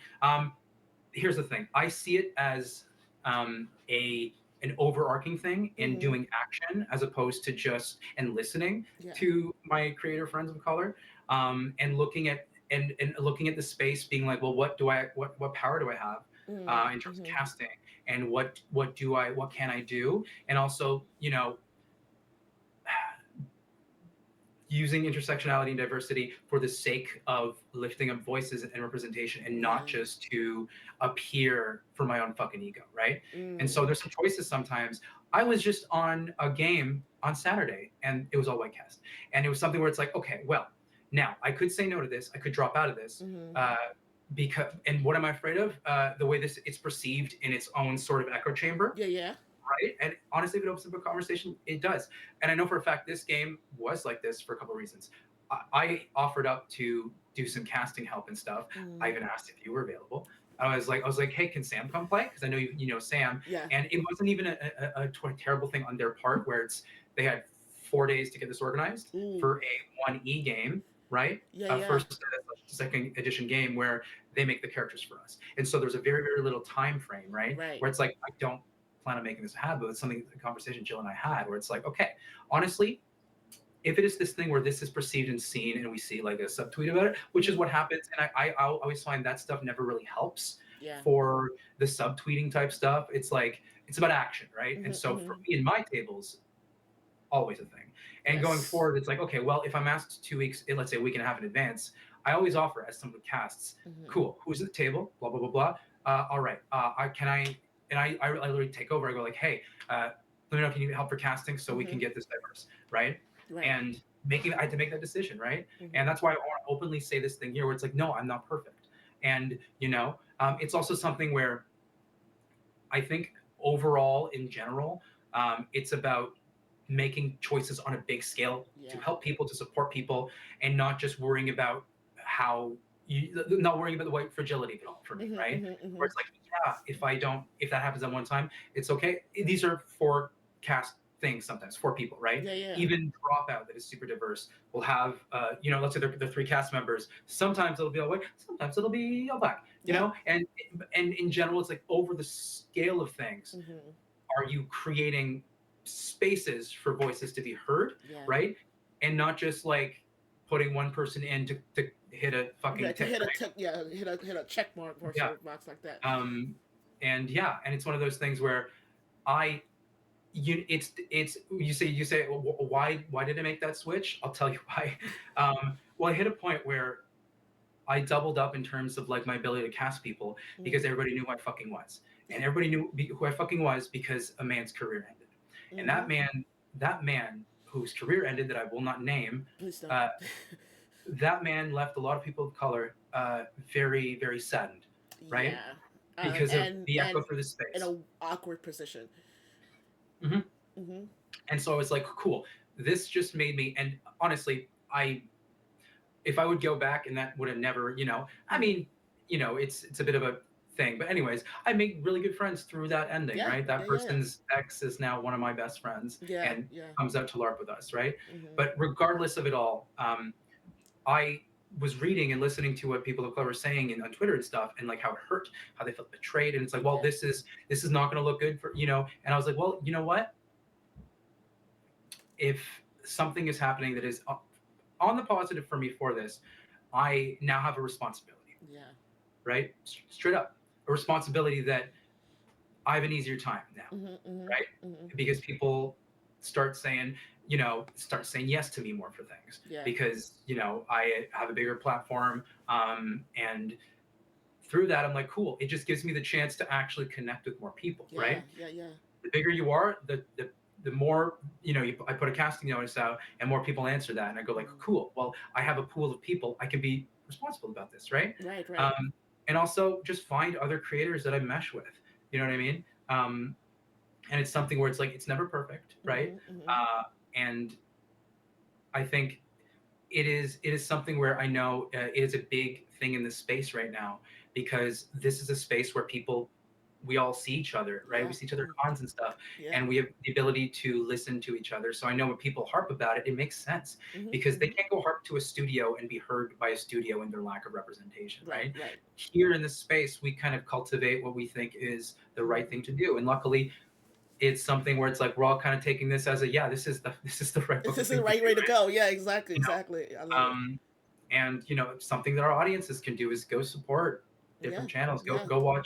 go watch channels of people that don't look like you, man. Yeah. you know Yeah. go There, hear their stories. there's some Listening is fucking amazing key. stories and worlds that are happening that you're like, what do you mean there's a whole new system? Like I can Yeah, name like five off the top of my head, and some of them who are also in Castleton are just amazing creators, yeah. like Omega and Aetherius and all these wonderful people. So you mentioned that Jillian does cosplay and that you support her in that. The Mhm. cosplay world tends to be um what's the word? Tends to be predatory in the fact that people who are fans of it take liberties of cosplayers, whether they are coming up and touching them without permission, Yeah. or getting into their space without permission, or coming into their spaces online and making comments for whatever reason. Why do you think that something that is so similar to the TTRPG community tends to be more toxic? I don't know if something is more toxic. Mm-hmm. I think it's all involved with parasocial relationships, right? Yeah, yeah, yeah, And people wanting validation from the creator in front of them, right? Um, it's this thing. It's about attention and stuff, right? And yeah. I think for the most part, from what I've experienced, isn't too bad Mm-hmm. because I'm with a cosplayer who doesn't take shit from anyone, Yes. right? Yeah. Sure You know, doesn't. um, and I'm also a French Canadian attack dog, Mm-hmm, right? mm-hmm, And so let's say cosplaying is also overstimulating, so it's harder to be like on your shit about something if you're overstimulated, right? mm-hmm, mm-hmm. Um, um, yeah, and it's cosplayers and ones who tend to do well, they tend to be conventionally attractive in a way Mm-hmm. that people want their attention, right? Right, That right. is the part of the parasocial thing, and a lot of, and I think most of the people that tend to be in those parasocial things are men, because men, I think, just in general, if I'm gonna make a general statement about men, is Mm-hmm. especially in like North America, emotionally stunted. Is the thing that Yes. I would Yeah. Yeah. say, Yeah. Yeah. in Yeah. understanding how to process their own feelings, and that leads to poor relationships Yeah. and poor, and not getting their needs met because they're not actually good at meeting anyone else's fucking needs, Yeah. right? Yeah. Because they don't have that emotional maturity, and it is a generational patriarchal thing, right? But it's parasocial stuff, and often sometimes some of the boundary stuff is neurodivergency, Mm-hmm. to Mm-hmm. a certain extent, which is not a bad thing, right? Like myself being ADHD, I know, sometimes, and Jill clocks it well because she's Mm-hmm. ADHD, and Mm-hmm. so she clocks. Let's say if someone has a hard time with the social cue stuff, because she is someone who is, yes, is ADHD, but is pretty decent sometimes at it, or at least Mm-hmm. catching other people. She knows how to deal with this stuff well. But I do think it ends up being parasocial stuff in Okay. terms of, that. And it's funny because most of the predatory things I see in the TTRPG community come from people in the TTRPG Yeah. community, Yeah. Yeah. just trying to get validated. And it's not unlike the theater industry that I worked in, but the Mm-hmm. difference is like, in the theater industry everybody knows everybody, and in, the online industry it's easier to be in the shadows because, Yes. and so yeah, it's weird. It's so weird. Yeah, it's so weird. So we're coming to the part of the show where, listen, I believe that criticism leads to growth, and I will Yeah. criticize. Oh my God, we got a raid, and it's Nick. Hi, Nick. Hello, Nick. Welcome. I assume you got raid music going on right Yes, now. I Yeah, love yeah, it's yeah, Benny yeah. Hinn. It's Benny Hill. I Dude. know it. People are like, "That's weird." Why do you like? It's funny. Hi, Nick. How are you? Nick from Epic Realms. Thank you so much for rating. And we are talking with the PlayMatt, an amazing content creator, TTRPG performer, and an extraordinary GM who is hanging out with us for a couple hours, and they're chatting all things TTRPG and LARPing Having a and great time. cosplay, and we're having a really Yeah. really good time. How have you been? I hope everything is well. If you guys want to ask any questions, you can redeem 50 channel points. How do you get 50 channel points? You follow this channel, you get 300. You got 6 questions. That being said, let's get back to what I was saying before. Mm-hmm. Yeah, go for it. Hasbro and Wizards of the Coast. Oh, yeah. Yeah, they've misstepped over the years. They've done a whole bunch of different things, from redesigning the D&D Beyond marketplace to the taking away the a la carte system to Mm-hmm. changing some features with certain classes and stuff like that. Um, and a lot of the schemes that they've done in a way to appease not only their shareholders but to as a money grab. Um, what is your opinion of companies that are insistent on making it difficult or harder for consumers to access the games that they love? Oh, it's this interesting thing where, because I even said earlier on, and this Mm-hmm. is funny, like, great question to lead in, with the raid here. I even said earlier on that, the 2024 stuff, it did make it where you're accessing the new stuff a lot easier, right? Yeah, Than yeah. you're accessing some of the older stuff. Raid Lurk will be back in a bit. Go take care of yourself. Thank Hell you, yeah. Nick. I'm gonna send a follow, next way. Epic Rose is amazing. Hell yeah. But here's the thing. I've said it before. I think, the brand Dungeons and Dragons grew exponentially Yeah. during the pandemic because of Critical Role, Mm-hmm. Mm-hmm. uh, because of Stranger Things, right? And not because of moves that have been made by the marketing team over Dungeons and Dragons Right. and, Hasbro, right? Granted, I will say there are some great creatives over there, right? There are Yes. some phenomenal creatives, but at the end of the day, the shareholders at Hasbro bring no value to the creative work, Right. right? And it's very much shown in a lot of the choices that they make. They seem to not understand their community, right? Right. Being like, hey, we're starting, like our profits are going down. I'm like, yeah, because everybody has the player's handbook, and you're not selling things that people want to buy. And all they were releasing were adventure books. And who are you selling these adventure books to? Game masters are not going to buy every single one. Yeah. They No. can't get through an adventure book in a year because they should be long, right? Mm-hmm. Mm-hmm. And Mm-hmm. so, who is like, what are you make the content that there's a market for? Griffin Saddlebag was able to make an entire company using making magic items, with images to that. I'm like, that's a market that you Yep. guys could have produced and done, but didn't. So I'm like, I don't understand some of the lack of understanding from the marketing side, where it's Mm-hmm. like, you don't know how to connect with your audience. just look at the third party content. And when they tried to change it to monetize off the labor that those people were doing, Mm-hmm. we were like, are you fucking kidding Yeah, us? You didn't do that exactly. work. You could have. You haven't released new magic items in a long, long time. You haven't Yeah. released any content in a long, long time. And I think, but there's some things that they're doing right now, like the Forgotten Realms. Mm. They should have worked on that earlier on. Yeah. There's nothing. Sword Coast Guide, I know, did not do well performance wise, Yeah. but guys, like when they saw Wildmount and Exandria do well, which are the best fantasy setting books Mm-hmm. for modern 5e setting, right? That, and I'll say Eberron, great job at that too, right? Mm-hmm. Those are specific settings. I'm like, now that they're releasing a Forgotten Realms guide for the 2024 stuff, I'm like, I think they're heading in the right direction, right? Right, right. But they actually need to like Yeah, build on, like, give me something. yeah. I need something that's, and also don't take my stuff. Like, stop taking my stuff. You know. It's very much they're teetering to monetize Mm-hmm. when because it's about pushing and going up, and I'm like, you guys Yes. fucking can't, right? And I know part of these books is about ease of use. These books are focused on getting new players in, right? Mm-hmm. Mm-hmm. Which I understand, right? But at the same time, what are you going to do to get new players in, right? Right. Like, how are you going to get new players in? Like, I don't understand. Like, I think that they've been pushing a lot to give stuff to the new content creators, to a lot Mm-hmm. of D&D content creators and stuff of a certain type of market, and that's helped. Like, I Right. think Right. seeing a content creator go like, oh, the monster manuals kick ass, right? Yeah, so there's certain Yeah. credibility there, right? Right. But I still think if they don't focus on products that are good products, it's gonna suffer, right? Right. If they don't focus on making the game, on actually, I think releasing a game that is filled with creative drive, I Mm-hmm. don't think it's gonna be as good. There are some choices that I think only exist because of market testing with the UA Yes. stuff, and I'm like, Yes. some Yes. things just don't feel inspired. It feels like Yeah. when you look at it, I'm like, this doesn't need to exist, Yeah. but it This. does. Yeah. But you I. know what? At the same time, there's also some novelty, right? We've been playing the same classes for 10 years, so there's some interesting stuff with that. But they released a player's handbook that had 4 subclasses for the wizard. I'm like, What? but the older edition has 8. You know what I mean? Yeah. It's like, Yeah. I know it had too many subclasses compared to other classes, right? But it's But like, you okay, cut it in half.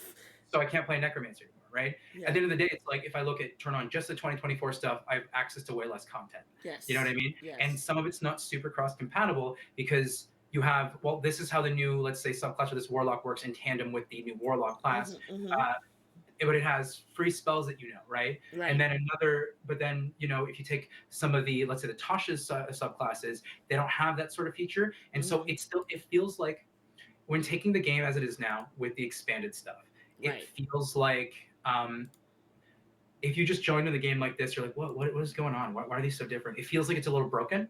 It does right? feel broken. Yes. Yeah, Yes. it doesn't. It feels a little broken, and I get it. Some of the books to sell Tasha's and Xanathars, they had to do power creep, where they released subclasses that were juiced the fuck up compared to some of the old subclasses, Yes. right? Yes.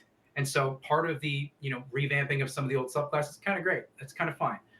Is it always going to be? It can never be perfect, so I can never expect it to be what I would do. Blah blah blah blah. Mm-hmm. But it is something where I'm excited to see more in the future, with like the setting books and stuff. But I think and I know, like, they're doing better at hiring people on their team. I actually accidentally met the VP of D&D. Oh, nice. Party. Okay. She was chill. She was really nice. And, talking about how, dealing after the OGL fiasco, where she's like, hey, we need to actually rebuild some trust in this audience and stuff, right? Yeah. And there's great creatives. Chris Perkins is an amazing fucking creative, right? And so there's a lot of good people that work there. It's just they suffer under the unfettered wheel of capitalism that is the parent company, right? Yeah, well, Hasbro is massively big, and like you said, they're beholden to their shareholders because it's a corporation that will always be beholden to the corporation. So unfortunately, I have to ask this. It's a more fun question. And people know, my chat knows, I collect pretty much everything. But as a collector, are you a mini collector or a dice person? Neither. No, are you serious? I don't have fun spending money. Here's the thing. What? When for a while I would get a bunch of new dice because I was sponsored by a dice company. Okay. Right. And so I was like, cool. I do not buy myself fun things and trinkets. I just don't. Too much in the like, you know. I mean, I spent most of my savings trying to move to the States, Mm-hmm. and so I'm still trying to, and I'm do this content full time. I'm still trying to rebuild just a base of savings to feel comfortable, you Mm-hmm. know, in anything. But I do like minis. I had to leave a lot of my minis back in Montreal Oh. to kind of make the move easier. Yeah, I know. To make the move easier and Mm. more affordable. But if it was up to me, minis. Yeah, Okay. I would. Okay. I can't paint, which sucks. But when I bought minis, I bought pre-painted and stuff, Prepaid. right? Gotcha. Gotcha. Fair. It's Fair. okay. Fair. It'll turn into a LARP weapon addiction. Oh my god, that is my new addiction. Palace and Chad here Mm-hmm. so kindly gave me a lot of credit to buy my first two LARP swords that I would not be able to afford. Oh, They're nice. gorgeous. They're going to be put up on my wall. They're really heavy use ones, and Mm-hmm. I'm afraid of hurting people with them sometimes because they're like a thicker. I forget what they're made out of. But Jill bought me a sword wall holder, Okay. so it's going to be in my stream setup soon. Oh, this is gonna be As we amazing. slowly build my stream setup, right? Right. Right. I Um, mean, that's one of the things that takes time, so it's just fair. Um. So, yeah, like you said, we talked about it before. You're very popular on Twitch. I'm hearing an echo. I'm small. Yeah. I'm like, where's that You coming? know, That's okay. But you're very popular on Twitch. So, what advice would you give someone that would like to? Unfortunately, someday people tend to want to do this, but who wants to emulate what you're doing in the social media space? oh my God, I don't think I'm a good example, like at all. I'm honestly, it's something where it's like, the advice that I need to follow is make more short form content so you can find a bigger audience if you want to keep Mm-hmm. doing this, right? I have a small audience, but my audience is an amazing, amazing fucking community of people Yeah. that support the shit out of me, and like small but mighty, and Mm-hmm. supportive, and but I think Twitch is hard if you don't. Twitch is really fucking hard to grow It's if you don't so have a hard. social media. Yeah. Well, if you don't have a social media platform outside of Twitch, growing the D&D category is really tough, Yeah. right? Yeah. Yeah. Yeah. Really freaking tough. Um, but I'm going to say, let's say for streaming specifically, stream because you enjoy doing the thing. Don't stream to grow. Mm-hmm. If you want, do things to grow. But if it's just about like, if you're like, oh man, I'm happy to stream, I got more followers, uh, then that's the thing that's going to keep you going, and you're going to Mm-hmm. lose steam, right? Yeah. Stream because you want to stream, and also be critical of yourself. Watch your streams, figure out what you're doing. Yeah. There's Yeah. some streams where I know I'm exhausted and I'm not, Yeah. and I'll stream less long because I'm like, man, well, at least I'm connecting with my community. But I know I don't have the world building outside sort of vibe or Yeah. energy creatively because you can't always have it every time you show up, right? Yeah. Yeah. Yeah. Um, but yeah, I'd say that. And if you do want to grow on Twitch and you don't have any other thing, be a part of other communities. And don't just be a Yes. part of those communities because you want to grow. Do it because you care about those Yeah. communities and you want to be a part of those communities, Make a right? A genuine lot of connection. Yep, a lot of people I see on Twitch, they just show up to a stream and leave a lurk and just say they leave a lurk because they want to be perceived as being in that stream and they don't actually connect with those Yeah. communities, right? Yeah. Yeah. Yeah. Straight up, Look, just that. I am all over the place. I say hi to everybody. Like I said, I like to talk, so I'm like, "What are you Yeah, doing? yeah. What you doing?" You're also behind the scenes. You talked about being a photographer for Jill, and doing all these different things behind the scenes. How is it different for you in front of the camera as opposed to doing behind the scenes stuff? And which one do you prefer? Oh man, I think it depends, right? Okay, And okay. I'm gonna be real honest with this. Like, I think it depends. Doing work for Jill feels like there's less pressure because for Mm, me it's like, what do I do? The thing. It's like there's something about like the labor of love. Where it's like mm-hmm, I'm doing this because I want to, because it's work for this person and I care about it, right? Um, I think it depends on what my bandwidth is for mm-hmm. being in front of the camera, right? And parsing like my time and being like, well, was that worth it? Did I gain something from that? And Yeah. not just gain, like, or did I have a good time? Do I feel like I learned something, or I had a relaxing afternoon with my community, or did I do, did I make some donut money, right? Like, Mm-hmm, am I mm-hmm, able to take my wife out for ice cream, little shit like that, right? Or no, like, well, that, or like, am I breaking even this month? Am I mm-hmm. gaining a little bit of savings and stuff? Am I going towards, is this going towards something? So it's hard sometimes, right? I've restarted, it felt like I restarted streaming so many times because if you take a month and a half off, oftentimes consistency is huge. You kind of lose that, right? Right, right. But I've noticed now what consistency looks like is more like I'm maintaining. So I'm like, I don't know, sometimes it feels tiring, Sometimes it feels really fun, you know. Hmm. Um, and so yeah, it's difficult, right? And it's hard to balance everything. Um, Yes, yes. the the mix of doing behind the scenes stuff and in front stuff is kind of nice because I Okay. don't have to be on as much all the time. Hmm. Hmm. Um, and I think the being on and how much bandwidth I have to be on is very dependent also on how well I'm doing. And Okay. like it's like, if me being here and spending this energy is something that is helping me in the long run, and or is fun for me. Hmm. It feels great. If I feel like I'm not doing like by doing great, I'm like it's like so many factors involved. Right, right, right. Uh, but yeah, I think it all really depends, right? Hmm. Hmm. Um, yeah, I'm never someone who ever got anything close to a snowball effect, and so I think I need to start trying things to put myself out there and Hmm. a little bit more, and maybe just uh, streaming is comfortable because it's something I've done Yes. for so long and I enjoy it, but trying to do things that are less comfortable, right? And Okay. it's hard. Okay. It's so hard. It is. Yeah, It's hard to like step out of your comfort zone and like do the yeah. thing. Like when you I'm finally not do it, you're like, creative. Yeah, oh, better. But getting I'm there not is so someone. hard. Yeah, I'm not someone who just turn this on and be creative. Like, you know what I mean? Like, Right. it's also there's certain things where I look at, I'm like, oh, I respect the thing they do, but I'm like, I can never do that, right? Right. You know, Right. Right. like part of me is like, I would love to give GM advice. I'm good at it. Hmm. I know GM advice that does best is GM advice that's mediocre. You know Yeah. why? Because it gets people comments being like, well, I disagree, blah blah blah blah, and I'm Yeah. like, I know sometimes I'm very heady about things where it's like people don't go like, well, the thing you said is saying controversial shit does better. So you have a lot of content creators that are, in terms of me enjoying the craft and my Hmm. subjective idea of them, mediocre at the craft, Yes. but popular because that's what got them there. You know That's what I yeah. mean? Exactly. And so it's like finding my niche, or I'm like, maybe it's not that. Maybe it's being fun and creative. Maybe it's doing skits and stuff. Hmm. Hmm. I'm not someone who like enjoys. And if I don't enjoy watching the thing, I'm not gonna enjoy doing the thing. So Gotcha. doing the type of content that is like it's a very short form media content Hmm. thing that's Hmm. like not my bag, but lip syncing to something and putting different words in front Yeah. I can't do is a it. huge popular thing. I'm like, I don't like watching it. So like I'm not gonna do it. It's something against the people who do it. Like, get your bag, my friends. Hell yeah. But I'm just like, it's not for me. I can't look at trends and go like, well, if I don't enjoy watching this, I know I'm not gonna enjoy doing it. I tried Right. it before and it did not stick for me, right? Oh, I love And it. a lot of people that like do that and don't necessarily enjoy it, they get locked in, even if they're doing well. Friends that I know, Hmm. fuck, they hit burnout at some point. Yeah. Wow, I love the honesty. I love you're like I don't want to do that. It sounds awful for me. No, I Like want to tell stories.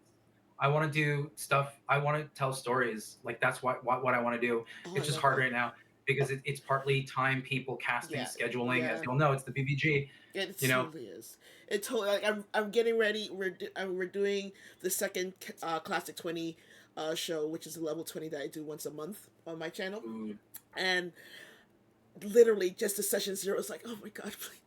Like I just need to get the session zero done. We need to get this done. Like yeah. it's the hardest thing in the world, and I love all the people I ask. They try their best. So if I have to Well, split Sam, up, the trick for you and I to get the shit done is to just put it on the fucking schedule. And our yeah, ADHD is like, well, we have a deadline, so the stress is gonna do it, right? yeah, exactly, exactly. Put it Yeah, because it's on the schedule now. It's on my calendar. I'm like, oh shit, I only got 2 weeks. So I've like yeah, written so much crap. Like it's like, um, yeah. so you are like I said, you've done so many different things, but early on, what were some of the obstacles that you encountered when you first started streaming that you're kind of like, ugh, Oh, impossible to grow. Like literally, it's like streaming to two, three people oh all the yeah, time, having gaps in. Well, yeah, because a couple things. It's hard to start following an audience if you don't have another social media platform, right? yeah, yeah, yeah. um, and it's so I only started growing when I started running games on my channels, and my friends that were content creators with bigger audiences would bring people in, and Hmm. people were like, oh, look, person, right? It's Right. hard to connect with folk in that, and also like that and being parts of those communities with my friends and stuff, right? And it wasn't until I think for a while there was a decent amount of like a growth where in my actual play world building streams, it was Hmm. during the pandemic though, where a lot of people were spending more time at home. Yeah, yeah. And so, but I also realized a lot of those people didn't stick around because I saw a trend of people going stream to stream where all they really wanted to do was talk about the people in chat, Hmm. talk about their D&D experiences, And I've seen people write something in my chat and then go into another stream and see them say the same thing and just get validated for that. Oh, that's People irritating. interact differently parasocially, right? Hmm, Where it's hmm. like, well, those are now people that are going to end up being community members, where Right, it's like right. we're talk, me and my community, we talk about a thing, we were on topic together kind of Hmm, thing, right? hmm, hmm. Um, and or asking me questions and stuff to help. Where I tell people I'm like, yeah, I do coaching and stuff, but if I'm live on stream, ask me a question, I'll talk Yeah. about it, right? Oh, I'm not going to just 100% push can people attest to towards, that. right? I'm not gonna just push to the monetized coaching. It's like I'm live, it's office hours, baby. Yeah. Sometimes it's like, and like if someone asks me a specific question where it's like I don't like it, where it's like me, an audience member is trying to like have a one-on-one conversation with me. Hmm, hmm. But if it's a question that I'm like, oh, this can apply to everybody, we can Yeah. have a discussion about it. It's great, right? I love that. I love Yeah. that. I love it.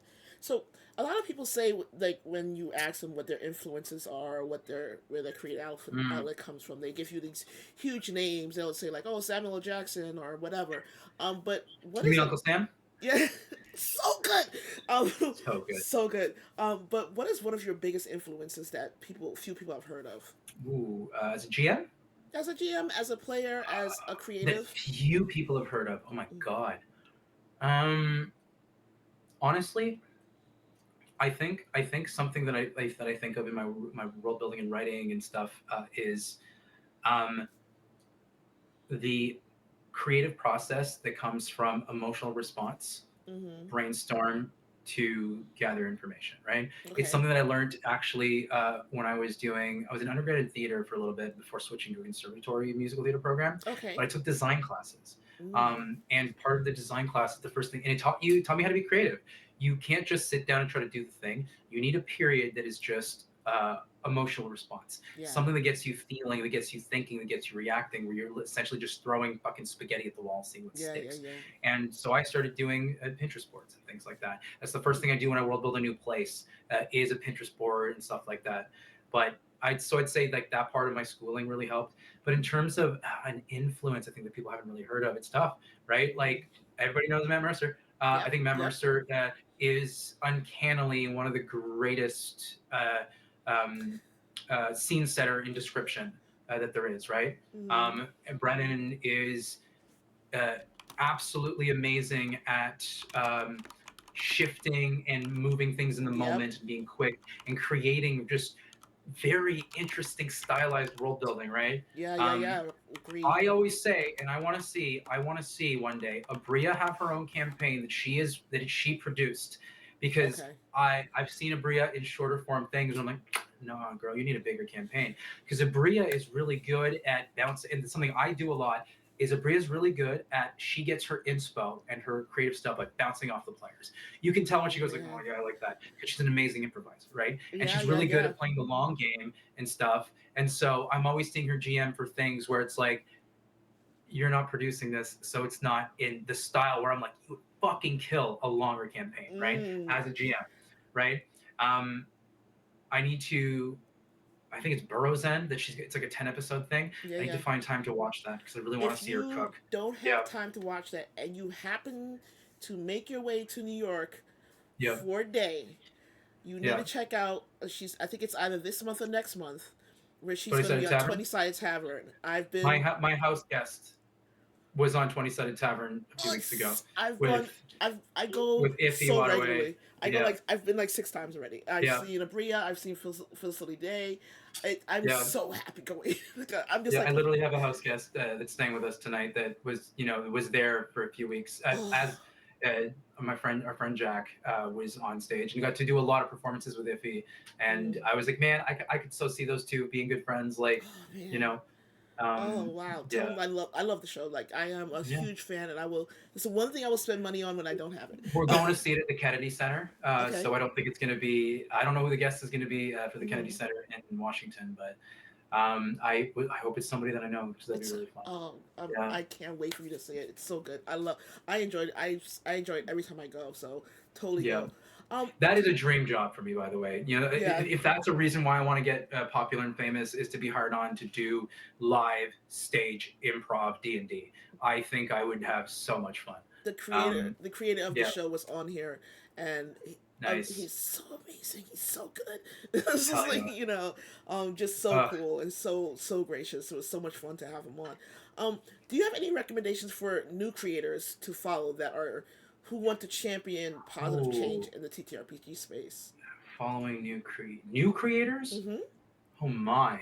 Um, you know what? I think I'll shout out more like the people that I love playing Sure. with as cast members and things like that.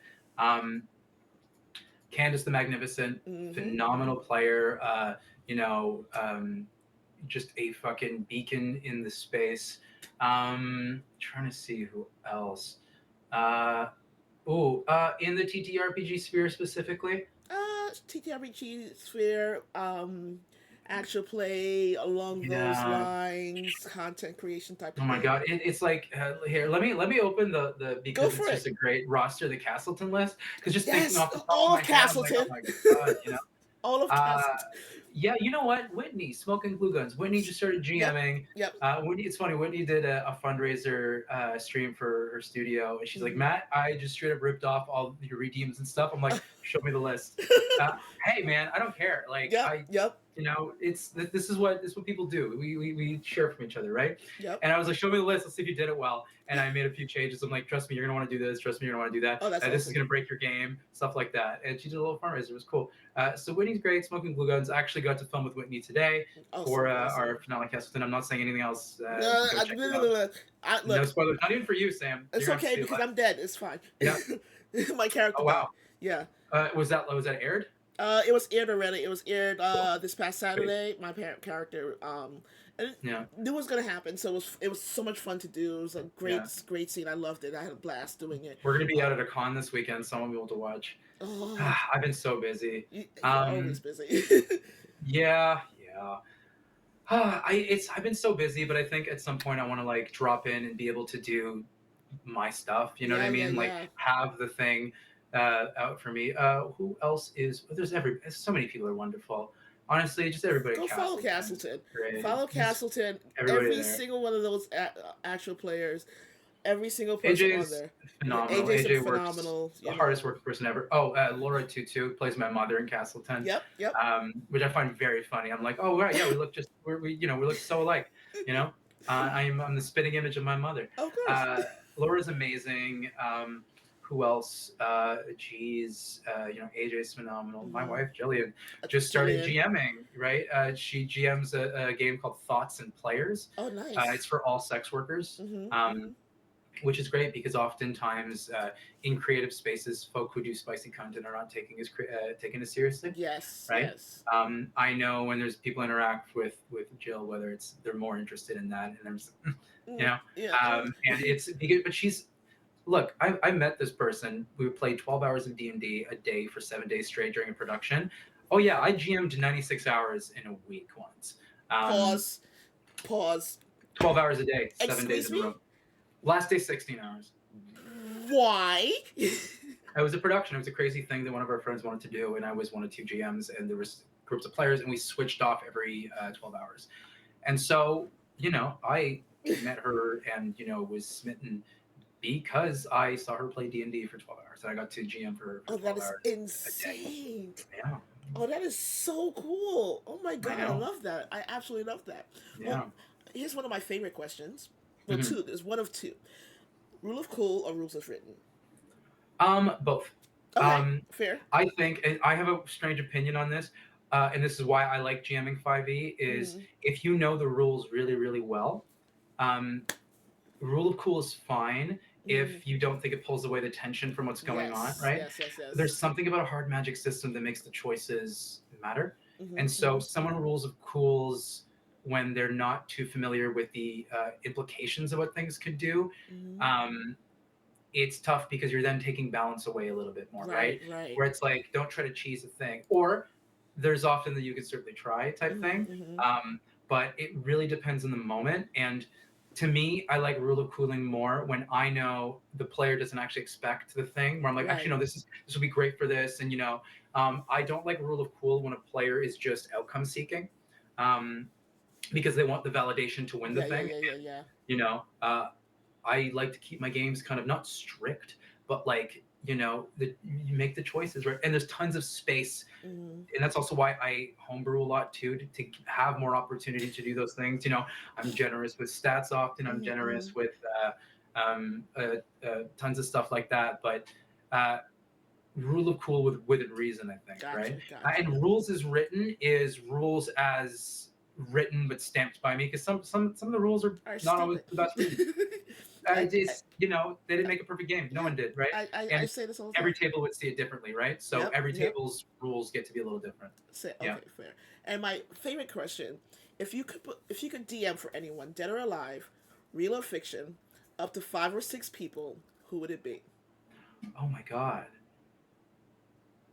You asked that question on Gasumba's channel. I was like, wait Yep, a minute. I said Jim Carrey. yep. Um, Jeez. Oof. I'm gonna stick to alive people, just because it's Mm-hmm, mm-hmm. easier. Um,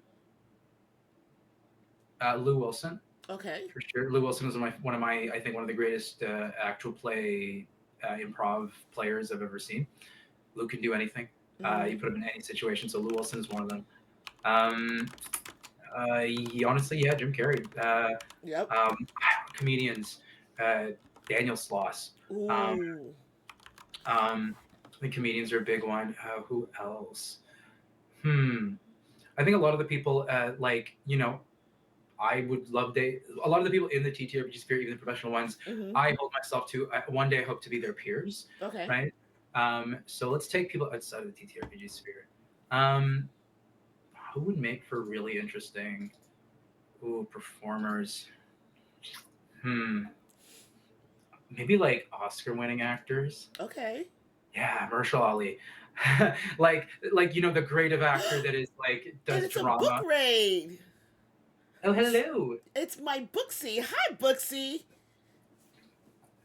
Hello, Books Raid. It's a Well, come Bookus on in. raid. Book Ruffle Cartoons is one of the amazing content creators here on Twitch who accompanied me to PAX Australia and who does Oh, all hell my yeah. overlays and all my Nice. art, and I adore him. These And overlays look great. yeah, thank you. Oh So yeah. he does all my You're the stuff. dragon in New York City. Like Yep. that's, yeah, yeah. I Love drive him that. absolutely fucking bonkers when I'm like, look, I need an overlay. Well, what do you Oh want to look yeah. like? I don't know. Right? Yeah. Like I don't know, you know Um, me. But yeah, yeah. so who else would you like to have? When it's such a big question, it's Yeah, hard. yeah. Can't think right now. My brain's too tired. That's okay. That's fine. Let's see. Oh man, I've been really enjoying one of my favorite shows right now. I think it's the Mm-hmm. best show on TV. It's Severance. So anybody from the Severance cast. Ooh, Yeah. I like that. I love that. That's a great one. So we're Yeah. coming to the portion now where we get to answer some of these wonderful questions from our chat. Chat, if you have any questions for Matt, you can redeem channel points with 50 channel points. Only Yeah, I 50. think we got a decent amount. We got Yeah, to we have tear a through in the decent next amount of 15 questions minutes, though. right? Yeah, Yeah. so we're We got good. this. Um, so Robert Tables asks, in 2025, given the new D&D system is out, there's been a big actual play conclude. Hold on, there's been a big actual play conclude the third season. What are you most looking forward to Ah. in TTRPGs? Oh, right. Without saying, Critical Role just ended their third Yeah, campaign. yeah, yeah. Um, I'm actually genuinely for them and their, and for poor Matt Mercer's bandwidth, that they don't do another long-standing D&D like campaign like that, right? Right, right. I'm honestly hoping for them and for their brand, and for honestly, having D&D as a brand have to put in a little more work. Mhm, mhm. I want to see them do their Daggerheart show if that's something they want Yeah, to do. that'd be lovely. In terms of the actual play space, it's tough, right? Mhm. Because it's all about marketing and finding people to see your things, right? Yeah. So I don't know what that means for that. Mhm. I think I do hope that people may go check out and spend more time watching smaller creators and finding, because some of them the content is good. You know, Mhm. Blackwater D&D, the performers at that table and the story that they tell, So good. comparable to Critical Role, So right? good. So good. Um, there are different styles and different genres, right? The thing that makes Critical Role a thing that people like is not the same thing that the Adventure Zone Mhm. makes people Mhm. like that, right? And so find your niche elsewhere. And I hope to see people looking going out of their way to look for stuff, and that's something that I know that people don't do in content very Yes, often. As they don't. someone who's been on the other end of things, right? But yeah, us move through the questions. I know we got a Okay. lot. I About mean, like I don't actually. I 10 don't have a lot. It was just a lot of oh, Robert like teasing it, which is awesome. I love that you did that. Tell me that my hair looks nice. Thank you. Uh, I love your that. hair does look nice. Oh. It not as nice as your teeth. Oh, I thought I was talking about him or your hair. Sam, your hair is always nice. Oh, thank Um, you. um, yeah, no, but Bobby Tables is my mod, and Bobby Tables will ask questions in my streams as prompts for content, like literally, I right? love it. I love it. Yeah. So I do have a question because of the question that Robert just asked. Um, a lot of people are with the popularity of TTRPGs are deciding that to move they're going to move their home tables into actual plays, and there's Mhm. been a little bit of pushback of people saying not every home table should be an actual play. Um, what is your opinion of people doing this, and should they be doing it at all? I think it's all it opens what you want from it, right? Mm-hmm. If you are streaming your games uh, because you want to grow and gain viewers, then you got to be critical about it, right? Right, right. It's really that. If you're streaming your games just to stream them so that your other friends can come check it out, that's fine. It's all about expectations, right? Yeah, Also, the thing is, a lot of people, a lot of the voices in the space. Um, you never know if people are saying that because they have genuine concerns they want to talk about, yeah. or if they're just engagement farming, right? And this is not me shitting on engagement farming. This is me being like, well, who cares, right? It's that, right? If there is a trillion tables doing the thing, it doesn't mean you're going to grow. And Mm-hmm, some mm-hmm. tables grew because they got big on social media, Yeah. and like it doesn't mean what they're doing is any better than someone else, right? It's all chaotic fucking cesspool where nothing matters, Right, right? right. And so it's like saying they shouldn't. It's like, well, why do you think they shouldn't, right? Talk about the nuance of the thing of like what do they expect, right? What are the Right. expectations of the thing, right? Mm-hmm. And I'm one to say easily that like yeah, I go for high performance, high drama, things like that because that's my background. And that doesn't mean that's the thing that everybody likes. Right, Some people right. prefer a different medium, a different style.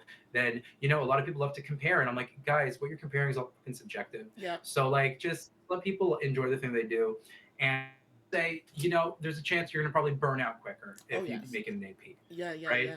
Um, so the thing is, I think also in actual play, a lot of people don't discuss the medium of it too much. Where you need to understand that actual play is hard, right? Even Yes. if you're amazing, you know, something like Critical Role, having a fan run wiki is a game changer Mm-hmm, because you mm-hmm, can come in and hear something like, what are they talking about? Look up the wiki, right? mm-hmm, It's a lot easier to do that than to follow those things when there is that support there, right? And mm-hmm, so it makes those things a lot more accessible. And so being popular helps. The thing about everybody trying to do the streaming thing, I get it. mm-hmm, mm-hmm. People are going to burn out. As people straight up are just going to Yeah, burn out. yeah. Right? If they're not growing, if there are problems at the table. So it's all about figuring out what you actually want, right? Right, right, right. I Yeah. love it. Palace Wood asks, "What are your favorite tropes to either use or subvert in storytelling?" Ooh. I like that question. I'm stealing that One of my question. one of my favorite tropes to use is take villains from my players' backstories. Have the Ooh. antagonist because I don't have to make the players care about the villain. One of them already does, and they're going to do that convincing for us, right? And so it's more Oh, credible. I Um, love that. yeah, tropes is the villain has purpose, motive, gray area, right? You write the villain as a fucked up person. Um, Mm-hmm. Storytelling tropes also is a big one that I say a lot for world building. Race and culture are not the same fucking thing. It's So Jesus Christ. yeah, right. I tell people this all the time. Like, okay, yeah, I know. I um, think the main thing is the trope that pure evil is boring, it and I don't is. want to do that. Right. It's boring. Like I got to, and I will say thank you to AJ for this for a very very long time. But I got to play a villain that like Yeah. was not purely a villain. It was such a good time, but it was definitely Motivated. outside my comfort zone. But Yeah. you know, it didn't play into like completely bad, even though it did seem like it. So if we have no more questions, tell us what we can expect from the PlayMatt. Oh The my. streamer, the content creator, the GM, and Yeah. from Matt the person in the next 2 or 3 months. Okay, well, let's start with the next couple of weeks. I'm going to be doing just my normal streams during the week. I will be my channel's going to go dark at the end of the month because I'll be in Denver for a trip, a sort of work trip thing with Jill. Mm, But the 22nd, February 22nd, Saturday night, 7 p.m. Eastern, I'll be doing another live one shot, my first live one shot in a little bit. As we've been focusing on other things, it's going to be with fun redeems to influence the game. It's going to be called Dungeons and Degens. okay. And I'm gonna have some really cool guests for that one. I don't have the cast locked in yet, Mm, but that's going to be roughly a little under 2 weeks from now. So I think by the weekend we're gonna have that 1 week notice with promo and stuff. mm, And yeah, and honestly, the goal is to start linking up a second patron game for my Patreon users. Um, to help with like just bump up that monthly yeah, sort of yeah. income and do more pro game stuff. But I want to start doing an actual play live on stream, Oh, I whether it's a can't short wait. series or something. I'm very specific with casting with like a chemistry and stuff. Mm-hmm, mm-hmm. So it's always for me. It's always about scheduling and making sure I can get the right group Yeah, that I yeah. know is going to work in the way that I want it to. And, I want to get that soon. But that's pretty much it. Otherwise, in the coming months, myself and Jillian, we're going to start doing a book club. We want to do that for a Ooh. while. By the summer, as soon as it's released, we're going to be doing a reading and/or book club. I think it's going to be a reading of this one of Tusk Mm. Love, which is the Critical Role smut book in campaign 2. We have it Yeah, yeah. pre-ordered. Jill's going to we're probably going to do it with Jill dressed in. If she will figure out how we want to do this, maybe Jill just dressed in her jester cosplay. She Okay, does have a okay. jester cosplay. But yeah, I just moved countries, so I'm still trying to find my footing and Yeah, yeah, everything, and yeah. it's very discombobulating. But yeah, that's a lot of it, I guess. Yeah. I love that. I love that. We do have one more question from Bobby. Was your snafu about throwing away that perfect simple syrup on Saturday an allusion to inescapable loss and the necessity of recovering your core values for adventuring, or did you drop the thing in the sink? Bobby's watching the VOD because Bobby Tables runs a D&D game on Saturdays and is watching the cooking stream, the cocktail stream VOD. Mm. And there's a moment where I dropped the syrup and I looked down and I knew he got the ingredients to make the cocktail alongside me. And I was like, I'm so sorry. I was like, in the stream, I was like, just DM me if you want me to help you walk you through this cocktail. I was Oh, just that's really tired awesome. at that point, and uh, uh, but I'm gonna say yes to both. I'm gonna say yes to both. Okay. Fair, fair, fair, fair. So, if no one has any more questions, I'm going to ask that our illustrious guests guide our raid. And while Matt is looking for someone, I'm going to let you guys know what we're doing for the next couple weeks. So, tomorrow is Tuesday, so there will be no stream because I get to go to the dojo. Hi, Jillian! I get to go to the dojo and manage that. But we may have a stream on Wednesday, but most definitely, I cannot wait for Valentine's Day. Why? Because our guest will be Captain Robert at 8 p.m. Eastern Standard Time. I'm Awesome. super excited about that. And then on February 19th, I will be on a panel, modding a panel for Girls Run These Worlds. Be talking about Black creators in the TTRPG space. And on February 22nd, it is class second episode of Classic 20. Can't wait for that to happen. So, Hell yeah. guys, look out for all this wonderful stuff that's happening in February. Remember, it's Black History Month, so if you don't show up for me, bite me. I'm kidding.